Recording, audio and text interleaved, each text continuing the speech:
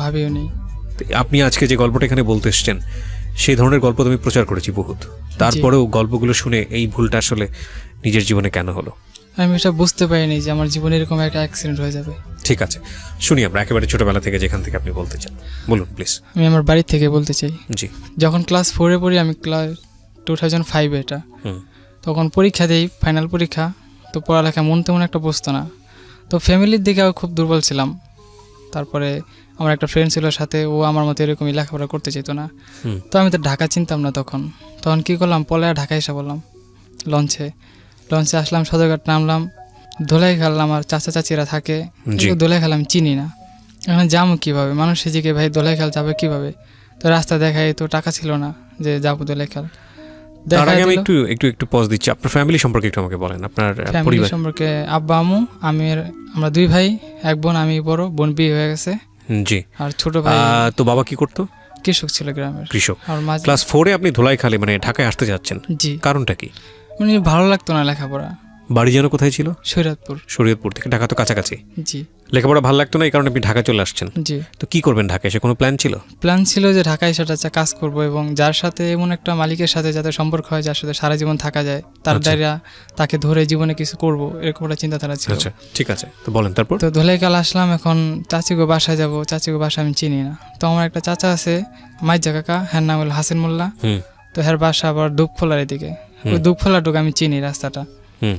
তারপরে সেই রাস্তাতে গেলাম, দুপখোলা তেমন একটা চিনতেছি না, লোকেরা জিজ্ঞাসা করতেছি দুপখোলা মাঠ, সেখানে গেলে আগে চিনতে পারতাম। তো মানুষকে জিজ্ঞাসা করতে করতে আমি সেখানে গেছি।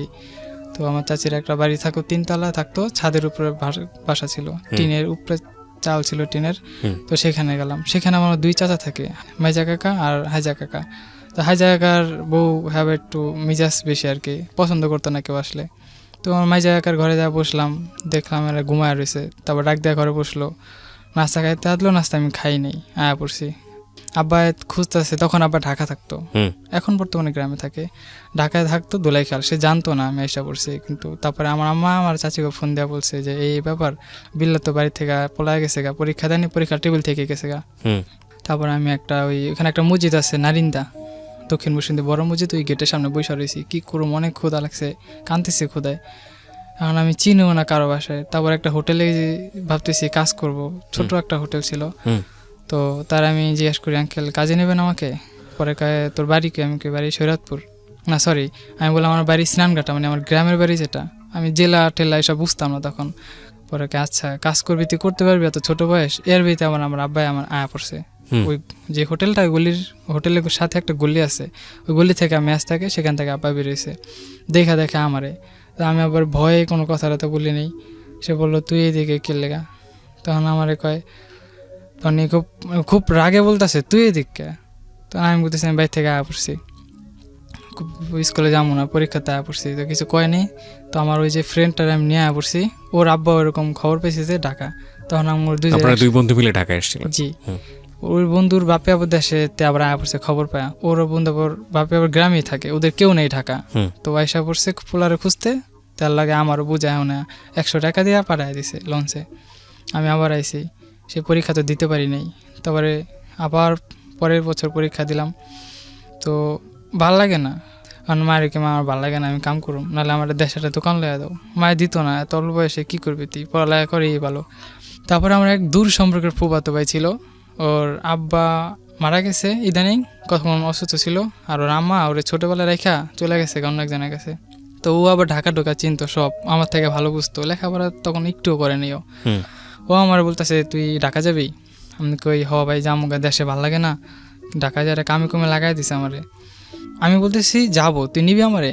হ আমি তোরে নিবো, কিন্তু মামি তোর করতে পারবি না। ওই আমার মারে তোমার মামি ডাকতো, যেহেতু আমার ফুফাতো ভাই। তারপরে কয় ঠিক আছে আমি তোরে জানামো। 2-3 দিন পরে আমি কই কিরে যাবি না? তো কয় হ যামো, ভাড়া ভরা টা জোগাড়লেই। পরে ওর আবার নানির কাছে থাকতো, নানির তারে 200 কয় টাকা জানি খেয়াল নাই, এরকম নিছে। নিয়ে আমার করলো ভাড়া তো লাগবো না, আমাকে, আমার তো ছোটো মানুষ, খাইতে যা লাগে। তো পলে লঞ্চে ওইটা ঢাকায় পড়লাম। দোলাই খেলা যাইনি, সদরঘাটে সকাল তেলা বিকাল 5টা বন্ধু ছিলাম, আসরের দিনের পরপর। শীতের দিন ছিল, মানে ঠান্ডায় থাকতে পারি না, কিছু আনি নেই, কী করবো। মানে এবারে টার্মিনালের ভিতরে বসে রয়েছি, বাইরে এলে ঠান্ডা লাগে, মানুষজন চলাচল গরমটা একটু লাগে। তো সেখান থেকে বের হয়ে গেলাম, ওখান দিয়ে অনেক হিরুঞ্চি বিরুঞ্চি পোলাপেন দেখা ডরাই গেছে গা। তো ও তো আবার ডরেনি, ও আগের থেকে ঢাকা আসা যাওয়া ছিল। তো বের হয়ে গেলাম এখান থেকে, বের হয়ে আমরা আবার সেই দোলাই খেলাম। দোলে খেলে আয়া আমার আব্বাই আমার জিগিত আছে, দেখ তুই যে লেখাপড়া করবি না, আমি করিনি লেখাপড়া, বাড়ির যে দলিলপত্র কাগজপত্র আছে এগুলি যদি তুই না বুঝোস তাই জায়গা জমিন কেমনে বুঝে রাখবি। তখন আমি গেছি আমার ভালো লাগে না, আমি লেখাপড়া করব না। তখন আমি আর কথা শুনি নেই। তারপরে ওই যে হোটেলের কথা বলছিলাম, হ্যাঁ যা কইছে ভাই আমার প্লটে রেখা দেন, খাওয়াইলো রেখা দেন।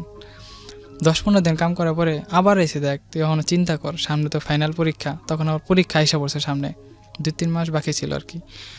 তখন আমি বলতেছি না আমি যাবো না, আর ভালো লাগে না, আমি আর বেশি করবো না, আমি হেনতে অন্য জায়গায় যাবো, গাছে খুঁজে পাবে না। সেই ভয়ে আর কি আমার তেমন একটা চাপ সৃষ্টি করে নেই। তার ওইখানে আমি 6-7 মাস ছিলাম। 6-7 মাস থাকাতে আমার বেতন দিত মাসে 500 টাকা, 3 বেলা খাওয়া। আমি কি 500 টাকা আমার পোষায় না। কি কাজ করতেন? হোটেলে ওই যে নাস্তা নাস্তা দিতাম, মানে হোটেল বয়ের কাজ? জি, বয়ের কাজ, নাস্তা নাস্তা এনে দিতাম। তো ওইখান থেকে আমি বের হয়ে ইসলামবাগে গেছিলাম। ওইখানেও একটা বন্ধু থাকতো আমার, দেশি ভাই আর কি। ওর ওইখানে যা পরিচয় করলাম, দেখবে এটা কাজে লাগাবি, তুই কী কাম করবি এই বয়সে ঢাকা আইসোস।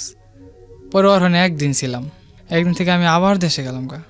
মানে এই কাম ভালো লাগে না, হোটেলে কাম মানুষের ঢাকায় মানুষ অনেক মুখ খারাপ করে, এই ঢাকা বাপ মাও গালাগালি করে। পরে ওখান থেকে গেছি আমি না কই, বেতনে নিয়ে নেই। পরে আবার দেশে পাঠিয়ে দিল। দেশে যাই আমি 1 বছর ছিলাম, কোনো লেখাপড়া করিনি, ওই বাড়িতে ঘুরছি গাড়ছি খাইছি। কিন্তু সে আমার বই নেওয়ার কথা, তোমার পোলা যে এমনি রাস্তা দিয়ে ঘুরে ফেলে পোলাবেন লাগে, সেটা দেখো নেশাবানি করবো দেখো। মায়া আবারও কইতো না এগুলো করবো না, আমি কিছু খাই না, কোনো নেশাবানি এখনো করি নেই। পরীক্ষাতে আমি দেই নেই, গেল ঈদ আইসা পড়ছে, আব্বাইও আহে নেই, জিদ করে আমি লেখাপড়া ছেড়ে দিয়েছি দেখা। পরে ঈদের দিনকে সকালে আমার লেগে জুতা আনছে, প্যান্ট আনছে, আমি অনেক খুশি এগুলো পায়া। একটা প্যান্ট কিনা দিয়েছিল, প্যান্টটা একেবারেই কম দামি ছিল, যে বইলে ঘোছায়া যেত গা, একদম খুব নর্মাল প্যান্ট ছিল। আমি বললাম আমি প্যান্টটা আমি হিন্দুম না, অন্য প্যান্ট বানাই দেব। তখন একটা মিথ্যা সান্ত্বনা দিল, আমি বুঝতে পারছি এটা কয় আমি দিতে পরে আবার ভালোটা বানাই দিব না, আপাতত ঈদটা পার করো।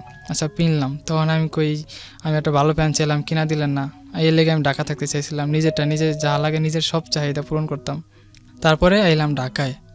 ঢাকায় এসে আমার এক দূর সম্পর্কের চাস্তো ভাই, ওর নাম হচ্ছে রিপন, আমার আব্বার ফুয়াতো ভাই লাগে ওর বাপে, ওই রিস্তায় আমার আবার চাস্তো ভাই লাগে।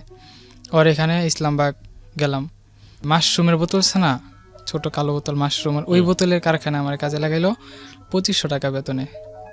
2 বেলা খাওয়াইবো, সকালে আলু ভাত ডাল খাওয়াইবো। ওইখানে 1 মাস 10-12 দিন করছিলাম, বেতন দিব এই মুহূর্তেই মালিকের পোলার লাগে আমার লাগে একটু ক্যাচাল হয়েছে, যে মানে একটু ভাব দেখাইতে বেশি, চুল টুল বড় ছিল তো, ওরা আবার দেখা যেত শিল্পী ইমন খানের মতো। আমি বলতাম ভাই আপনার অনেক ভালো লাগে, অনেক সুন্দর চেহারা আপনি, এখন এমন একটা থাপ্পড় দিছে। তখন আমি কাচের বোতল দেওয়ার মাথা হইতে বাইরে মেরে মেয়া পড়ছি। এর ভিতেই আমার আবার শখ ছিল আমি অভিনয় করবো আর কি, খুব শখ ছিল স্কুল থেকে অভিনয় করবো, ডান্স করব। তো আমার আরেকটা ফুয়াতো ভাই আছে, ওর আব্বা আবার মারা গেছে। ওরা আমি জিজ্ঞাসা করতেছি, দেখ আমার অনেক শখ, আমি কি করুম, আমার অভিনয় করতে মন চাইতেছে, আমি কই পাবো এইগুলা। ওর সাথে এই কথা বললা চলে গেছে গা। তো ওই বেতন আনতে যাবো, আমার ভয় লাগে বেতন আনতে যেতে। আমার চাষতে বাড়ি কই, রিপন ভাই আমার বেতনটা কি দিব? তুই মহাজন মহাজন দিতেও পারে। মহাজনের আমি ফোন দিছি, সালাম দিয়ে করলাম ভাই এই ব্যাপার, আমার বেতনটা কি দিবেন, খুব দরকার। কয় তুই তাই 15 তারিখের পরে আয়। ওই বেতনটা আনতে গেলাম, বেতনটা এনে নিয়ে আয়া পড়লাম।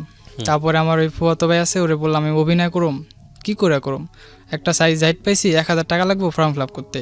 তো ওরা আমি বলতেছি আমার একটা স্যার আছে, হ্যাঁ তো 1000 টাকা লইয়া তোরে দিতে পারো আমি।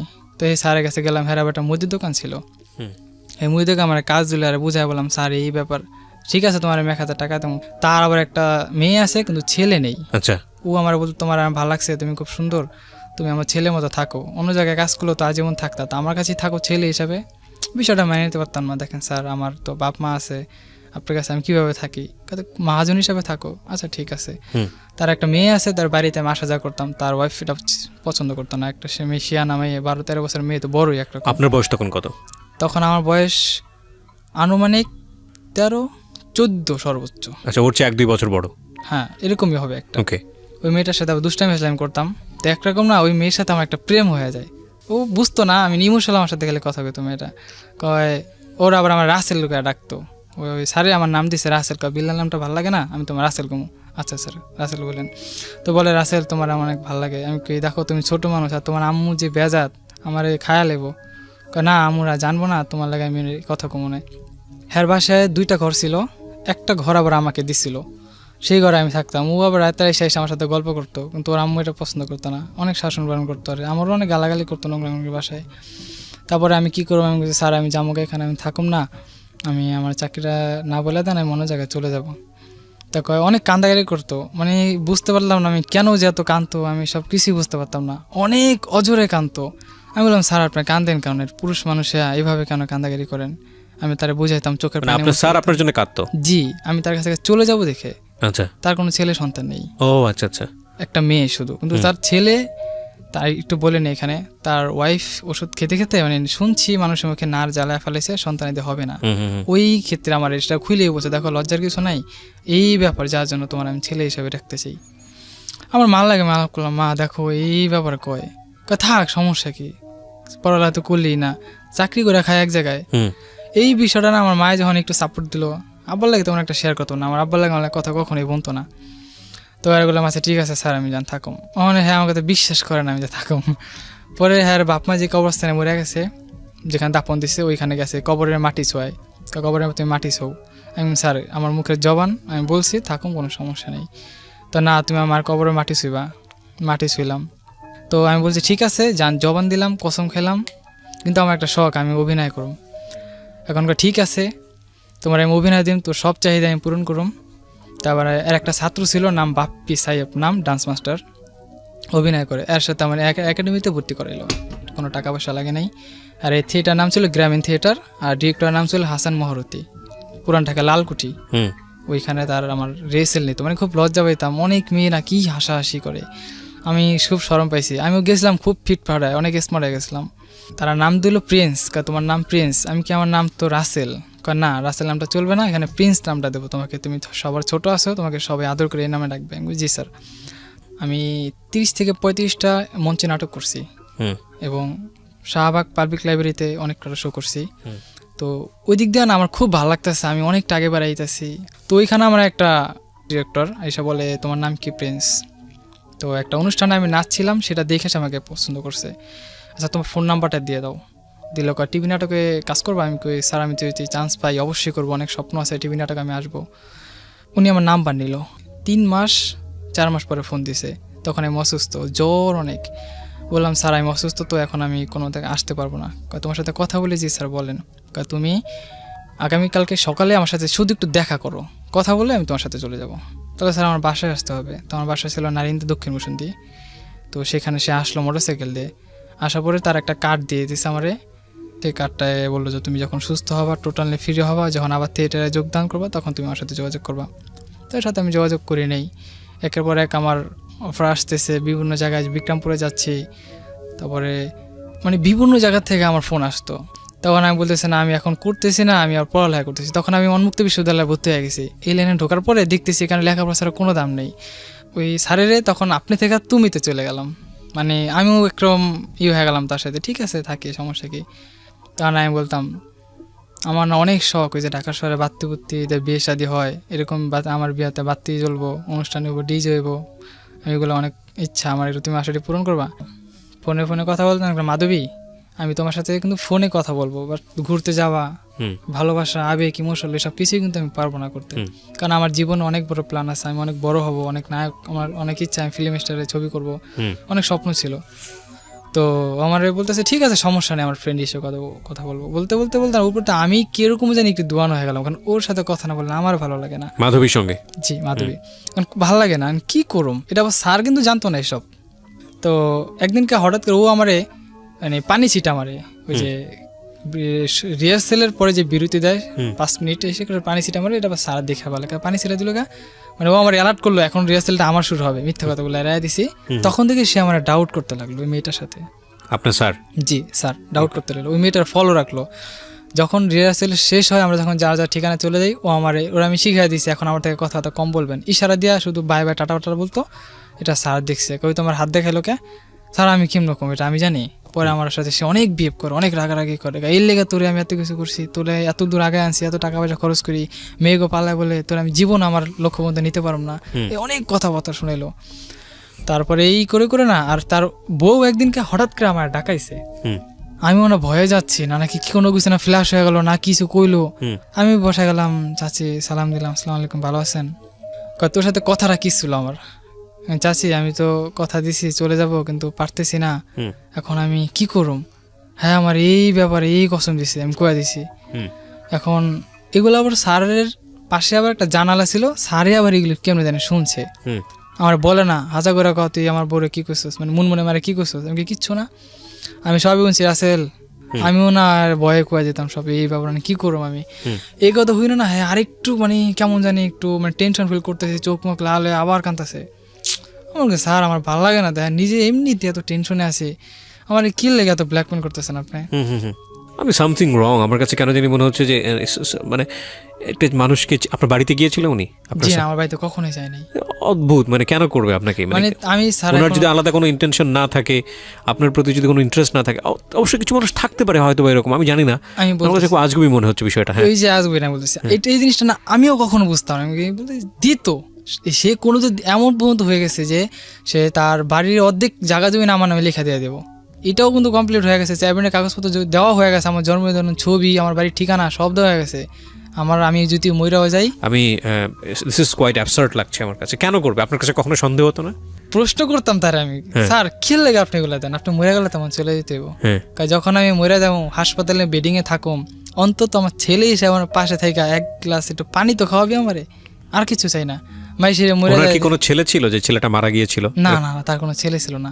পৃথিবীতে সব ইকুয়েশন লজিক দিয়ে হয় না আর কি। যাই হোক, হ্যাঁ বলেন। তারপরে আর একটা ভাবি আছে, তার বড় ভাই নাম বাবলু, তার বড় ভাইয়ের বউ হইলে মাউরা, পাকিস্তানি মেয়ে আর কি, প্রেম করে বিয়ে করা।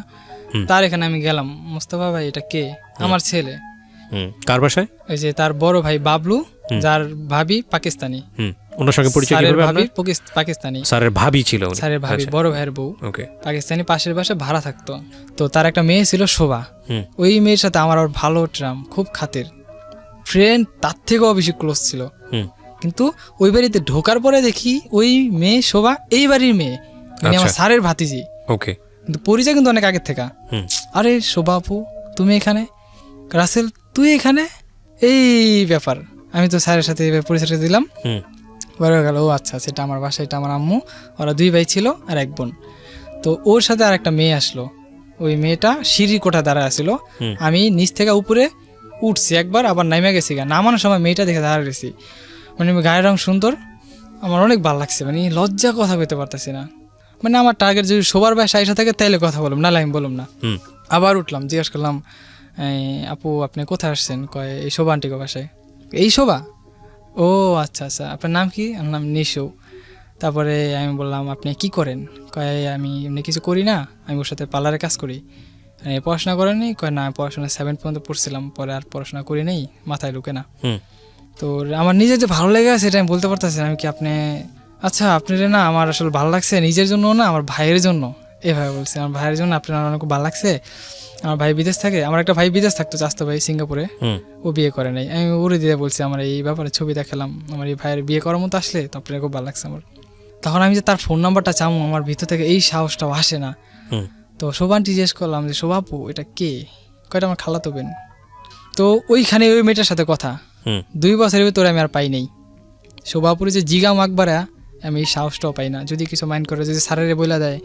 এখন ওই যে স্যারেরে বললাম না একটা ভাগ্নি অ্যাপার্টমেন্টে বিল্ডিং দিছে, ওই ভাগ্নির বাসায় যাইতাম আর বলতাম আমি না একটা মেয়েরে খুঁজতেছি স্যার, আমি মেয়েরে পাইতাছি না। কি লাগে আমি কি আমার খুব পরিচিত কিন্তু পাইতাছি না, কই যে পাই। ঢাকা শহর খুব গোল, একদিন ঘুরতে ঘুরতে পাওয়া যাবে। তারপর আর একটা ভাগ্নি বাড়ি আছে দয়াগঞ্জ করাতিটোলা, ওইখানে গেলাম। এটা কিন্তু 2 বছর পরে বলতেছি আমি। তার একটা মসজিদ আছে করাতিটোলা, মসজিদের পিছনে একটা বাড়ি আছে তার ভাগ্নির বাড়ি, ওই বাড়িতে গেলাম। এখন তো নিজের বাড়িতে যাই দেখি একটা মেয়ে বৈশা রয়েছে, যে মাথা চাইতেছে তার আর একটা মেয়ে, যে মেয়েটা মাথা চাইতেছে ওই মেয়েটা খুব সুন্দর। আমি তাকায় রয়েছি, এক সাইড দেখতেছি, পরে ঘুরে দাঁড়ালাম, আমি দেখে পুরো খিস খেয়ে পড়েছি, এই সেই মেয়ে। তার আমি জিজ্ঞাসা করলাম কোনো কিছু, মানে ভয় পেতেছে, বাড়িতে অনেক মহিলা। আমি একটা জিজ্ঞাসা করলাম কথা, হঠাৎ কে না কি মনে করে। তার যে ভাগ্নি বাসা গেছে সে ভাগ্নির নাম ছিল রোহি। কয় রোহি খালা এদিকে আনতো, ওটা এটা নিশো না? কহ স্যারের ভাগ্নির পোলা, মানে স্যারের নাতি লাগে, সে ফালার নাম, ওর সাথে বিয়ে হয়েছে। হই না ব্যাপারটা খুব লাগলো। বিশ্বাস করি নাই আমি, স্যার কি বিশ্বাস করেননি? বিয়ে হয়ে গেছে। কার বিয়ে হয়েছে? ওই যে নিশু। নিশুর বিয়ে হয়েছে? মানে ওরা খালাতো ভাই বোন বিয়ে করছে। আচ্ছা, বিয়ে হয়ে গেছে, এই মেয়েটাকে দেখে আপনার ভালো লেগেছে? হ্যাঁ। কেন ভালো লেগেছে? ওই যে 2 বছর আগে তারা আমি দেখে রাখছিলাম। 2 বছর আগে দেখে রেখেছিলেন বলতে? ওই যে বললাম না সিঁড়িগোটা তারা কথা বলছি। ও, তখন আপনার ওই এক মেয়ে। ধরনের ভালো লাগা তৈরি হয়েছিল? হ্যাঁ, তখন থেকে তারা মনে মনে খুঁজতাছি, আচ্ছা। পাচ্ছি না। আচ্ছা, 2 বছর পরে দেখা, কিন্তু পেলেন বিয়ে, বিবাহিত হিসেবে। আর বিশ্বাস নেই, আমার হাইসা হাইসা করে। এবং সে আপনার স্যারের আত্মীয়? স্যারের আত্মীয়। ওকে। তার আপন ভাগ্নির মেয়ে, ওইটাও আপন ভাগ্নির মেয়ে, ওইটাও আপন ভাগ্নির ছেলে। আর বিয়ে হয়েছে খালাতো ভাই বোন। খালাতো ভাই বোন, কিন্তু সেটা আমি জানি না, হাইসা হাইসা কয়। হুম। ওর রাস্তায় স্যারের যে গেলাম, স্যার সত্যি? কয় না, কি রে ঠাট্টা, বিয়ে হইলে আমি শুনতাম না। হুম। এই মনে একটু শান্তি পেলাম। হুম। তারপরে এর মধ্যে আমার এই নাটকের এটা কিন্তু আস্তে আস্তে স্লো হয়ে যেতেছে, এই মানসিক প্রেশারে, টেনশনে। আবার ওই মেয়েটা টেনশনে, রিহার্সেলে যাচ্ছি না, শো করতেছি না, বিভিন্ন স্যারেরা ফোন দিতেছে আমাকে। তারপরে এখন ওই মেয়েটার আসলে না আমার ঘুমায় না, মানে রাতে ঘুমায় না, কি করুম, রাত বেলা হয়েছে চিঠি লিখতে থাকি, চিঠি লিখি, তার ফোন নাম্বার নাই যে মোবাইলে মেসেজ করুম। তারপরে আমি একদিন তার কাছ থেকে পোলাও খেতেছিলাম, স্যার আমি আজকে পোলাও খাইবেন? আচ্ছা খাওয়া মনে। তো তা আমার হাতে নিয়ে আমার হাতে ধরিয়া তার ওই ভাগ্নির বাসায় গেল, ওই যে নিশু, প্রথম যে বাড়িতে ঢুকলাম। তো সে বাড়িতে ঢুকলাম, আমি বাইরে খাড়া রয়েছি, কি বাবা আসো তুমি। তারপরে দেখি ওই নিশু ঘরে বসে রয়েছে। আমি বললাম এটা মনে মনে কি সেই মেয়ে তো এটা। তো পরিচয় করে হলো, এটা আমার মেয়ে, ওর নাম নিশু, আর ওটা আমার ভাগ্নি শামসুন নাহার, আর এটা আমার ছেলে। পরিচয় করে দিল সবার। তো ওই মেয়ে সম্পর্কে এখন আমার ভাগ্নি হয়ে যায়, যেহেতু তার আমি বাপ ডাকি, তাই তার মেয়ের মা তো আমার বই নেওয়া যায়। তখন আমি কি করবো, দুধ মনে ভাবি আপন তো আর না, ওই বই না একটা। পরে আমি জিজ্ঞাসা করলাম আপনার নাম কি? নিশু। আপনি আমার চিনছেন আমি কে? কয় আপনার আমার চিনা লাগে, দেখুন তো কোথাও দেখছেন কিনা। নারিন্দা দেখছেন? হ নারিন্দা, সৌভাগ্য ভাই। হ্যাঁ আপনার ও কয় আপনার আমি অনেক খুঁজছিলাম, পাই নাই। তারপরে আস্তে আস্তে মানে কথা বললাম, তার সাথে একটু ফ্রি হওয়ার চেষ্টা করলাম। তো আর আমি জিজ্ঞাসা করতাম আপনি ফোন ইউজ করেন? হ্যাঁ করি। তো নাম্বারটা চাইলাম, দেয়নি আমারে। তো ওর ছোট বোনের পটায় ওটাকে, আপু তোমার বোনের নাম্বারটা দিবা? পরে নাম্বারটা দিছে আমার, মানে নিশুর ছোট বোন রে? ছোট বোন তুলি। ওকে। ও আমার নাম্বারটা দিচ্ছে, রাসেল ভাই নাম্বারটা দিছে আমার, কইবেন না তো আমার মাইলে মারবো। এই নাম্বার পাইয়া তো আমি অনেক খুশি, কি করুম, রাত্রে ঘুমাই না। স্যারে তো একেবারে নাক টেনে ঘুমাইতেছে, আমি তো ঘুমাই না, শীতের রাত, ফ্লোরে বয়া মেসেজ লিখতেছি আর মেসেজ পাঠাইতেছি। ও আমার রিপ্লাই দেয়, কে আপনি? আমি বললাম আপনার ফ্রেন্ড, নাম কই না, পরিচয় দিই না। পরে এইভাবে রং নাম্বার হিসেবে আমি প্রায় 27 দিন কথা কই তার সাথে কয় আপনি যদি পরিচয় না দেন তা আমি আপনার নাম্বারের মেসেজ থেকে ব্ল্যাকলিস্টে ফেলা দিই। তারপরে পরিচয় দিলাম, আমি রাসেল, আপনাকে বাসায় আসছিলাম, চিনছেন? কোনটা রাসেল? ওই যে আপনার নানার সাথে আমি আসছিলাম। তো পরের দিনকে সকালে আমি ওকে বাসার সামনে দাঁড়া রয়েছি, ওখানে খুব মানে বাসার সামনে, তো ঘুম থেকে উঠে পড়ছি। কারণ আমি ওরে দেখার জন্য মানে কেমন জানি বিকুল গেছি গা। তো আমার ও নাস্তা নিতে বেরোয়েছে, আবার আমার দিকে আপনি দিকে আমি আইলাম ওই একটু আপনার সাথে একটু দেখা করতে। তো রাস্তা দিয়ে 2টা কথা গেলাম, নাস্তা খাইছেন? না খাইনি। ওর তো দেখতে আসে নাস্তা নিতে এসে, পরে নাস্তা না চলে গেল। ফোনে কথাটা বললাম, ও বলে দেখেন আপনি কেন কথা বলতেছেন, কেন ফোন দিতেছেন, আমি কিছু বুঝতেছি না, আমার মায়ের জানতে পারলে সমস্যা হবো। আমি কই আপনি বুঝেন না, আপনার আমার খুব ভালো লাগছে, আপনার আমি ভালোবাসি। কয় 1 সপ্তাহে না, ও কয় 3 দিনে প্রেম হয় না। আমি 3 দিন করতে আপনার লাগে প্রায় 10-15 দিন যাবত আমি কথা বলতেছি। কয় ঠিক আছে, এরকম সবাই কয়, কয়া সরস জামাইয়া করে ডস দেওয়া জায়গা। আমি কি না, আমি যাবো না, আপনি দেখেন আমার সাথে কথা বলেন, যদি ভালো লাগে সম্পর্ক করেন, না হলে ব্রেকআপ করে দিন। ও আমারে বলতো আপনি আমাকে বিয়ে করতে চান? আমি কই বিয়ে সেসব পরে। চেনে তখন আপনাকে? হ্যাঁ, তোমার পরিচয় হয়ে গেছে, পরিচয় হয়ে গেছে, টোটাল পরিচয় হয়ে গেছে, আমি কে কি আমার পরিচয় বাড়িঘর সবই জেনে গেছে। তখন ওরে আমি বলি তোমাকে আমি বিয়ে করব, তোমার আম্মু দিবে আমাকে? কয় সেটা আমি জানি না, আমার আম্মুর তো ম্যানেজ করে নিতে পারেন, আমি রাজি। এই কথা বলার পরে না আমি আরো খুশি। পরের দিনকে দুপুরবেলা আমি আবার দেখতাম ওর মা কোন টাইমে বাড়িতে থাকে না, ওরা আবার আবার মৃত, ওর আব্বু মারা গেছে, ওরা ছোট রেখেই। এই ঘটনাতে বলতাম দেখেন আপনার আমার ভালো লাগে, আপনার সত্যি ভালো লাগে, আমি আপনার সাথে রিলেশন করতে চাই। তখনও আমার বলে আমার কিন্তু বিয়ে হয়ে গেছে। আমি ধর কি করেন আপনার বিয়ে হয়েছে? বিয়ে হলে আপনার নাকেরটা কো, হাতের চুরি কো, আমি সব খুইলা ফেলেছি। আমার খুব খারাপ লাগলো এটা, আপনার বিয়ে হয়ে গেছে? হ্যাঁ আমার বিয়ে হয়ে গেছে। কয় না সত্যি, আপনার কাছে এখন আমি এটা লুকায় রাখুন, পরে আপনি জানতে পারবেন বিষয়টা কেমন হবে, তখন আপনার চোখে আমি ছোট হয়ে যাই, বরং আপনার কাছে আমার সে দামটা থাকবো না। ও বলো ওর মারও একটা বিয়ে হয়েছে, সেটাও মানে সব সত্য কথা আমার বলে দেয়। আমার মারও একটা, আমার আব্বা মারা যাওয়া নেই, আমার মায়ের খুব করুণ অবস্থা পড়ে যাওয়া নেই, আর আম্মা একটা বিয়ে হয়েছে। তখন আমারও এরকম বিয়ে হয়েছে, আমার খালতো পেরে পটা বিয়ে দিয়েছে আমার কাছে। ওই ছেলের সাথে সম্পর্ক ছিল, ঘর সংসার ছিল মাত্র 15 দিন, শুনছি। 15 দিন ছিল, মানে ওরা একসাথে থাকা থেকে হয় নাই। আমি কি আপনি ডিভোর্স দিচ্ছেন? কোনটা দিয়ে নেই, আজকে কালকার মধ্যে হয়ে যাবে এটা, আপনার বিয়ে হয়ে গেছে, এত সুন্দর একটা মেয়ে, তা ডিভোর্স দেবেন কেন? কথা নিতে চাইতেছি, দিয়ে দেবো, ওর সাথে আমি সম্পর্ক করবো না, আমার ভালো লাগে না, ও অনেক কষ্ট দিচ্ছে আমারে, আপন খালাতো বোন আপনার বিয়ে করছে, আপনার অত্যাচার করছে, আর মানে কি? আমি জানি না, আমার অনেক কষ্ট দিচ্ছে, অনেক অত্যাচার করছে, বিস্তারিত খুইলা বলেন। আমি ঠিক আছে যান, যা হয়েছে হয়েছে, আপনার আমার ভালো লাগছে, আপনার আমি বিয়ে করুন, আপনি রাজি? আপনার ফ্যামিলি আমার ফ্যামিলিটা আমি দেখবো, আপনি রাজি কিনা? ওটা আমার স্যারের কথা বললো, স্যারে দুধ, আপনি আমার কাছে বিয়ে পাবেন না স্যারের কাছে বিয়ে পাবেন, এই গেল হাসাহাসি করে ওই জিনিসটা ওইখানে শেষ করে দিলাম। আর বিয়ে নিয়ে আর কোনো কথা টথা বলিনি আমি। তো ওইভাবে ফোনে কথা বলতে বলতে না, ওর মা একদিনকে হঠাৎ করে দেখা বলেছে আমি ঘরে খালি ঘরে ওর সাথে কথা বলতেছি, কয় তুমি? আমি কই জি আন্টি, সালাম দিলাম। ও মা আইসে, তার 5-7 মিনিট পর আমি কান্টি চলে যাই, কয় আবার আইসো। পরে ওর মায় ওরে কি না কি কইছে, এটা পরে আমার ফোন দিছে, পরে এই ব্যাপার আমার মা জিগায়, তুই বুঝোস না কি লেগা ওই ঘরে আহে? ওই আমি তো বুঝি তোমার লাগে প্রেম করতে চাই। তো ওর মায়ের কয় না, আমি প্রেম করি না, এমনি ছেলেটা কথাবার্তা কয়, কিন্তু প্রেম করতে চায় মানে আপনার সম্পর্কে। জি ওকে। এখন কি ওই আবার ওর মায়ের কথাছে, মা তুমি কি ওর লাগে আমি প্রেম করুম? এইভাবে ওর মায়ের ধামাচাপা দিয়ে দিল, যাতে ওর মায়ের বুঝতে না পারে সম্পর্কটা হয়ে গেছে। পরে একদিন ওর আমি কই চল আমরা ঘুরতে যাই, ওই নানারে সারে, আমার স্যার ওই মেয়ের কিন্তু নানা লাগে, আবার যেহেতু ভাগ্নির মেয়ে নানা, এই আবার আমার বাপ। আমি কি স্যার ওর সাথে না আমার বিয়ে দেবেন? কয় তোর ভালো লাগে? আমি কই স্যার আমার ভালো লাগে রে, আমি আর বিয়ে করতে চাই, আর আমার অনেক কাজ পছন্দ হয়েছে। পরে ওর ব্যাপারে কিছু জানছো? আমি কি স্যার আমি অনেক কিছু জানছি, কিন্তু আমার ভালো লেগে আছে, কি করুম, সবই মাইনা নিছি। ঠিক আছে আমি আমার ভাগ্নির লাগে কথা কমো, এই কি না 3-4 দিন সময় পার করে দিলাম। স্যার কইছেন আপনি ওরে? কয় না আমি কই নাই, কমু। পরে একদিন ওইখানে একটা ক্লাব আছে, ক্লাবের পিছনে বইসা আমার ব্যাপারে বিস্তারিত আলাপ কইলো। তার ভাগ্নি জানে, কয় মামু আমি তো জানি আপনি কি কইবেন, একই আবার আইসা দিচ্ছে, কয় বুঝতে পারছো তাইলে? তারপর বিস্তারিত খুইলা গেল। কয় ঠিক আছে। তখন আমি একটা চাকরি করি 4,000 টাকা বেতনে, সদরঘাট গ্রেট ওয়াল মার্কেটে। ওকে। ওখানে কয় ও 4,000 টাকা বেতনে চাকরি করে, আমার মেয়ে বিয়ে করে কি করব, ঢাকায় আমি কিরকম খরচ জানেনি তো। বুঝলাম সেটা ডাইল ভাত খাওয়া, আমি বাড়ি থেকে লাস্ট 20,000 টাকা না দিয়েছিলাম। ওই 20,000 টাকা আমি চাইছি, স্যার আমার টাকাটা দিয়ে দেন, বাড়ি থেকে মাই চাইতেছে। ঠিক আছে তোর আমি 15 তারিখে 10,000 টাকা দেবো, আর 10,000 তুই তো নিয়ে ভাঙ্গি খেয়াল আইসস। আচ্ছা ঠিক আছে, সেই 10,000 দিব। আর আমি বলছি দেখো চল আমরা বাইকা জায়গা, তুমি যদি পারো কিছু নিও, না পারলে নাই, কিন্তু তুমি শুধু পড়ার জন্য 1-2 পিস 3 পিস নিয়ে নিও। কই যাবা? আমার খালাতো বোন আছে, ও দিনাজপুরে থাকে, আমার আপন খালাতো বোন, তার সাথে যোগাযোগ করে চলে যাব। সেখানে যা কদিন থেকে একটা ওইখানে যা বিয়ে করে একটা কাজের একটা কর্ম তৈরি করে তারপর আমরা ঢাকায় আসুম। সে এক পর্যায়ে রাজি হয় না, না আমি যাবো না, আমি যাইতে পারবো না, আমার মায়ের থুয়ে, আমার মায় আমার অনেক ভালোবাসে, আমার মায় অনেক কষ্ট পাইবো, তাই এখন কি করবা, তাই আমাকে বাদ দিয়ে দাও। কোনা আমি আপনারও ছাড়তে পারবো না, নিশু বলে।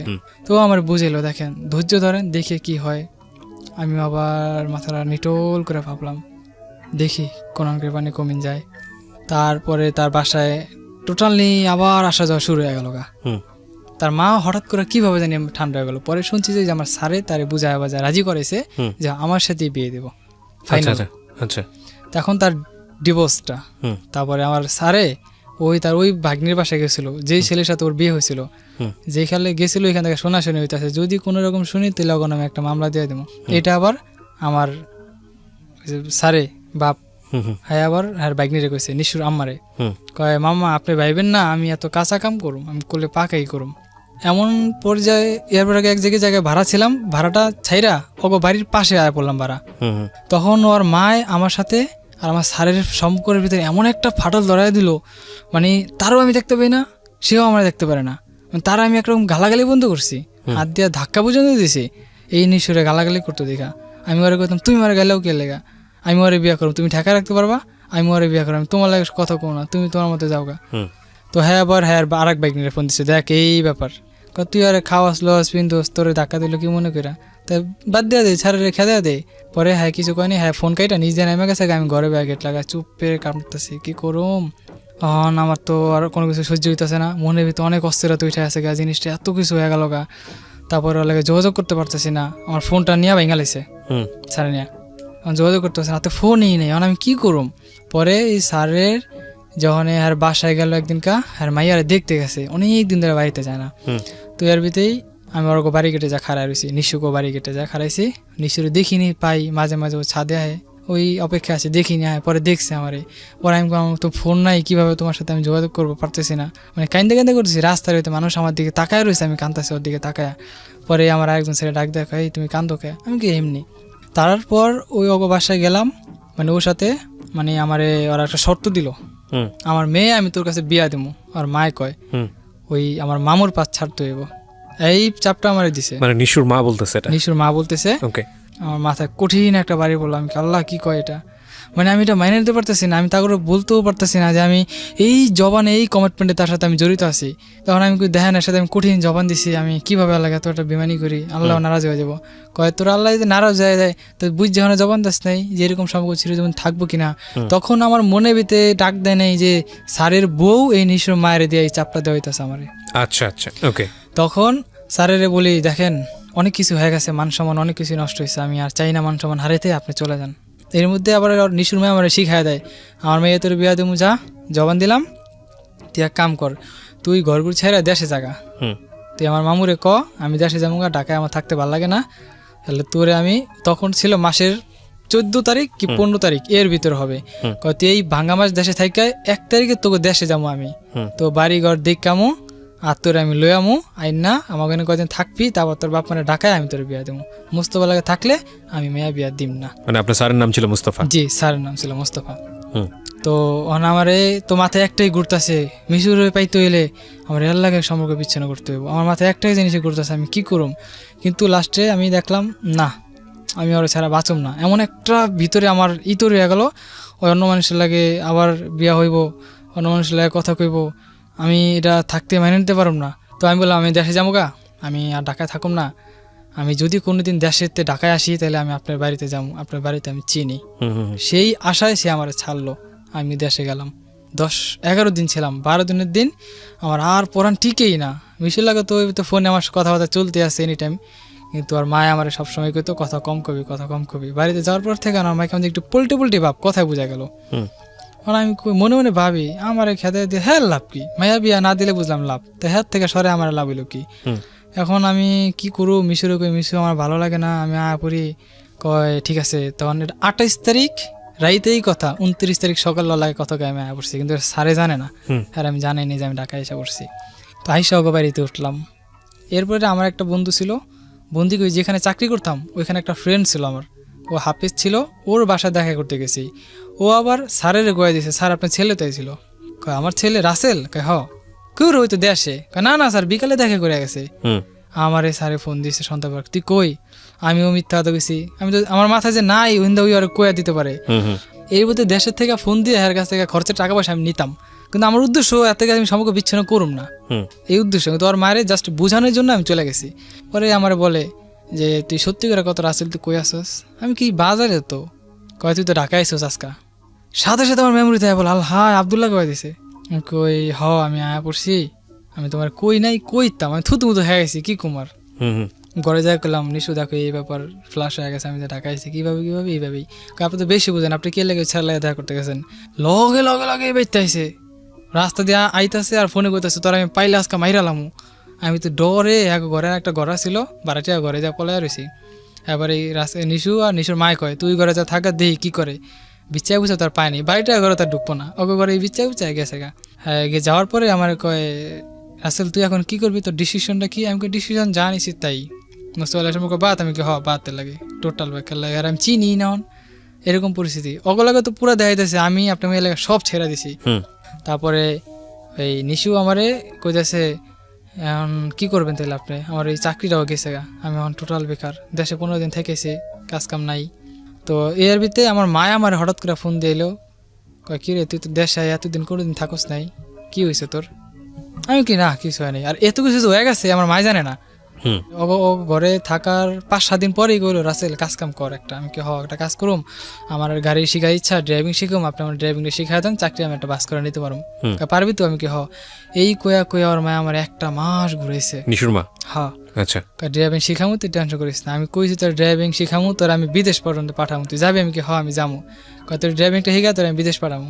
তো ওই আশায় আমি আর নিশুরের একদিনকার আগে কি লিয়া দিন একটু ঝগড়া লাগলো, ওই আমার বকা দিছে জিদ্দের মাথা, পরে আমি পরে একটা লাঠিতে বাড়ি মারছি। খবর পেয়ে আইসে ওর মায় আমার একটা থাপ্পড় মারছে ঘরের ভিতরে, ঠিক আছে তুই বাইরে অক্ষণে। পরে আমি বাইরে গেলাম, মিশিয়ে গেলাম, তুমি আমার ফোন দিও। ওই আর বড় বোনের বাসায় গেছে গা, আমিও পিছিয়ে ফলো করতে করতে গেলাম। ওইখানে গেছি, ওকে বাসায় গেছি।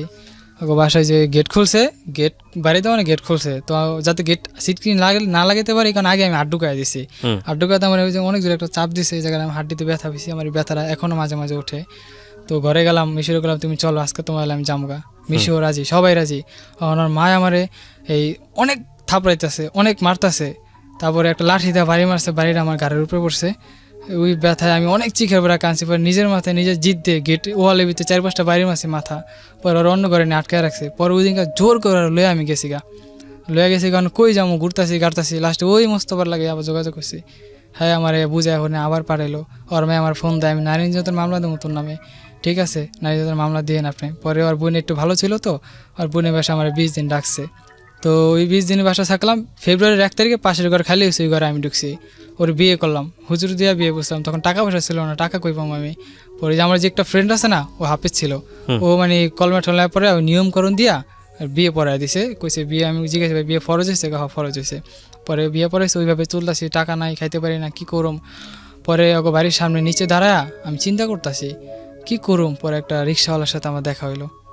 আমার সামনে রিক্সাওয়ালাটা প্যাসেঞ্জার নাম হইলো। আমি জিজ্ঞাসা করলাম ভাই রিক্সা কত টাকা জমা, জিজ্ঞাসা করলাম, বললাম সব বিস্তারিত। ভাই এই ব্যাপার, আমি বিয়ে শাদী করছি।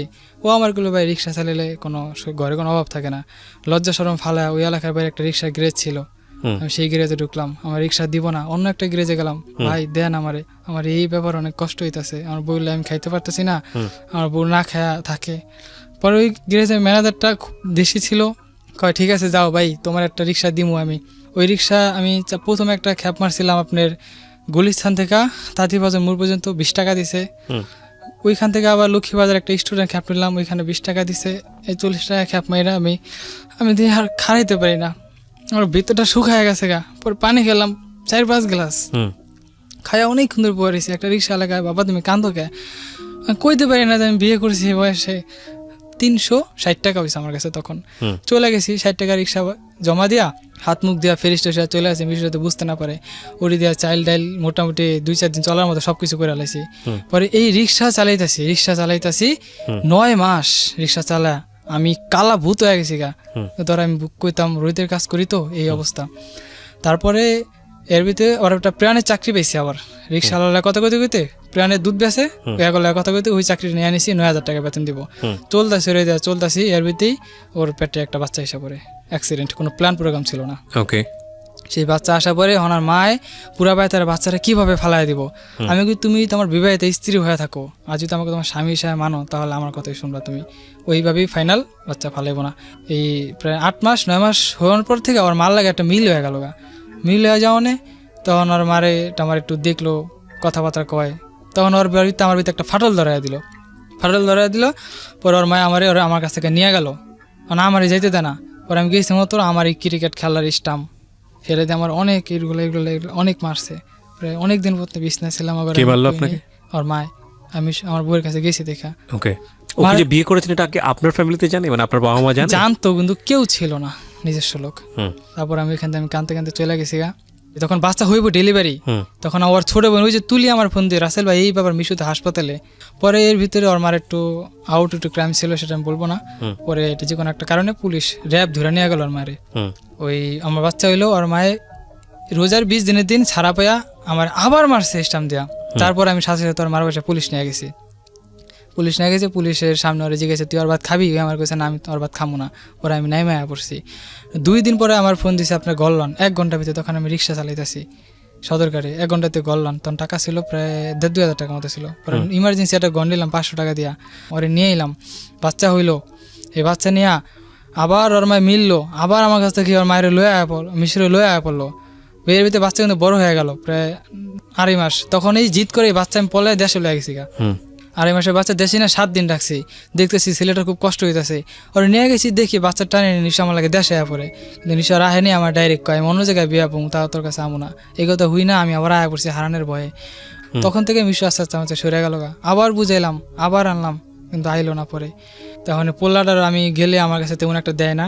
আর মিশু তো আমরা দেখতে পারে না, আমার 2টা নাম্বার ব্ল্যাক লিস্টে ফেলা রাখছে ওরা। এখন হচ্ছে আপনার এই অবস্থা। জি। ওকে, এখানে- কেন বললেন এই গল্পটা আজকে জীবন গল্পে? এই গল্পটা আমি বলছি একটাই কারণ যে আমি যেখান থেকে যেখানে আইছি কিন্তু আমার অনেক সুন্দর স্বপ্ন ছিল যে আমি ফিল্ম অভিনয় করুম। আপনার স্যারের কি অবস্থা? সে ওই আগের মতোই আছে এখন। না, আপনাকে দেখাশোনা করে এখন? এখন আমার সাথে হালকা পাতলা যোগাযোগ আছে। না, আপনাকে ছেলের মতো এখন দেখে? ছেলে মতো সে দেখে কিনা আমি জানি না, কিন্তু তার সাথে সামনে আসলে বলে এখনো ছেলে মতো তোর আমি দেখি। একটা মানুষ সারাটা জীবন ওয়েট করে একটা ভাগ্যের জন্য, একটা ভালো জায়গার জন্য। আপনার স্যার আপনার প্রতি কি ইন্টারেস্ট ছিল আমরা জানি না, বাট আমাদের কাছে অভাবনীয় লেগেছে বর্তমানের এই যুগে কেউ এরকম পেট্রোনাইজ করতে পারে। সেখান থেকে আপনি এরকম একটা সম্পর্কে গেলেন। আসলে বিয়ের সম্পর্কটাই খুব জটিল একটা জায়গা। এটা যদি খুব পিসফুল না হয় তাহলে একটা মানুষকে শেষ করে দিতে পারে। আর আপনার জায়গাটা থেকে আপনার শিক্ষা ব্যাকগ্রাউন্ড বা সব কিছু মিলিয়ে শুধু ফেস দেখে এরকম একটা জায়গায় যাওয়াটা একটা ভুল সিদ্ধান্ত ছিল। সেটাই হয়তো আপনি আজকে এখানে বলতে এসেছেন। আমরা প্রথম গল্প আরিফার গল্পে যে জায়গাটায় ছিলাম সেখান থেকে একদম পুরোটাই টার্ন করে অন্য একটা গল্প। একটা হচ্ছে ফ্যামিলি না থাকলে যেটা হয় সেটা, ফ্যামিলি থাকলেও অনেক সময় ডিরেইলড হয়ে যেতে পারে ছেলেমেয়েরা। প্রিয় শ্রোতা, আজকে আর কোনো মন্তব্য করতে চাই না এই কারণে যে এরকম ভুল আমাদের সমাজে প্রতিনিয়তই হচ্ছে। আপনারা ভুল থেকে সচেতন থাকুন, কারণ আমরা যত কিছুই বলি না কেন ভুল আমাদের হয়েই যায়, কিন্তু এই ভুল থেকে যতটুকু নিজেকে সেভ করা যায়, যতটুকু এসকেপ করা যায়, ততটুকুই হচ্ছে মানে better. Because human life is all about error. ভুল হবেই, কিন্তু সেই ভুল থেকে যতটুকু পরিমাণ নিয়ে সামনের দিকে এগিয়ে যাওয়া যায়। সো বিল্লাল হচ্ছে আপনার অরিজিনাল নাম, পরবর্তীতে রাসেল নামে ডেকেছিল আপনার স্যার। বিল্লাল, আমি শুধু একটা কথাই বলতে চাই, আপনি বর্তমানে কত বছর বয়স? 24 বছর। 24 বছর বয়স। আপনার প্ল্যান কি, ফিউচার প্ল্যান কি, ভবিষ্যৎ পরিকল্পনা? আমার ভবিষ্যৎ পরিকল্পনা, আমার পাসপোর্ট জমা দিয়েছি বিগত আরো 1 বছর আগে। আপনি কি বিদেশ চলে যাবেন? জি, এরকম একটা চিন্তাধারা, কিন্তু আমি এখন ছেলেকে দেখতে পান না? এখনো কনফার্ম না আমি যাবো। ছেলেকে দেখতে পান আপনি? আপনার নিজের ছেলেকে মাঝে মাঝে দেখতে যাই। দেখতে যান? দেখতে দেয়? দেখতে দেয় আর কি, ওই গালাগালি ধরে তাও আমি যাই। কিন্তু আপনি আপনার ছেলের দুধের পয়সা যদি জোগাড় করতে না পারেন, এটা তো আপনার ওয়াইফ আপনার প্রতি রাগ করবেই। তখন ছিল। এখন কি অবস্থা? এখন আমি মোটামুটি সবকিছু, আমার ছেলের টোটাল খরচ আমি দিই। ঠিক আছে, এটা তো ভালো নিউজ। আপনি তো ছেলেকে দেখতে পান, একটা সাপোর্ট আছে, সম্ভাবনা আছে। আপনার ওয়াইফ কি বলে? আপনাকে আর বিয়ে, আপনার সঙ্গে সংসার করবে না, অন্যদিকে চলে যাবে, এরকম কিছু? লাস্ট কইছে কিছুদিনের ভিতরে আমার একটা ডিভোর্সের কাগজ লিখে দিয়ে দেব। যদি সেটাই হয় আপনাকে মেনে নিতে হবে, কিছু করার নাই এখানে। আপনি তো জোর জবরদস্তি করতে পারবেন না। একটা সংসারে জোর জবরদস্তি করে একটা সময় পর্যন্ত রান করা যায়। এখানে একটু কথা আছে। হ্যাঁ বলেন। কথাটা হচ্ছে 1 মাস আগে ও আমার সাথে আবার আইসা পড়ার প্ল্যান করেছিল, তুমি ঘর নাও। আমি ঘর নিছি। ওই তো কখনো আপস কখনো ডাউন, কখনো আপস কখনো ডাউন, এরকম করতে করতে দেখা যায় শেষ হয়ে যায়।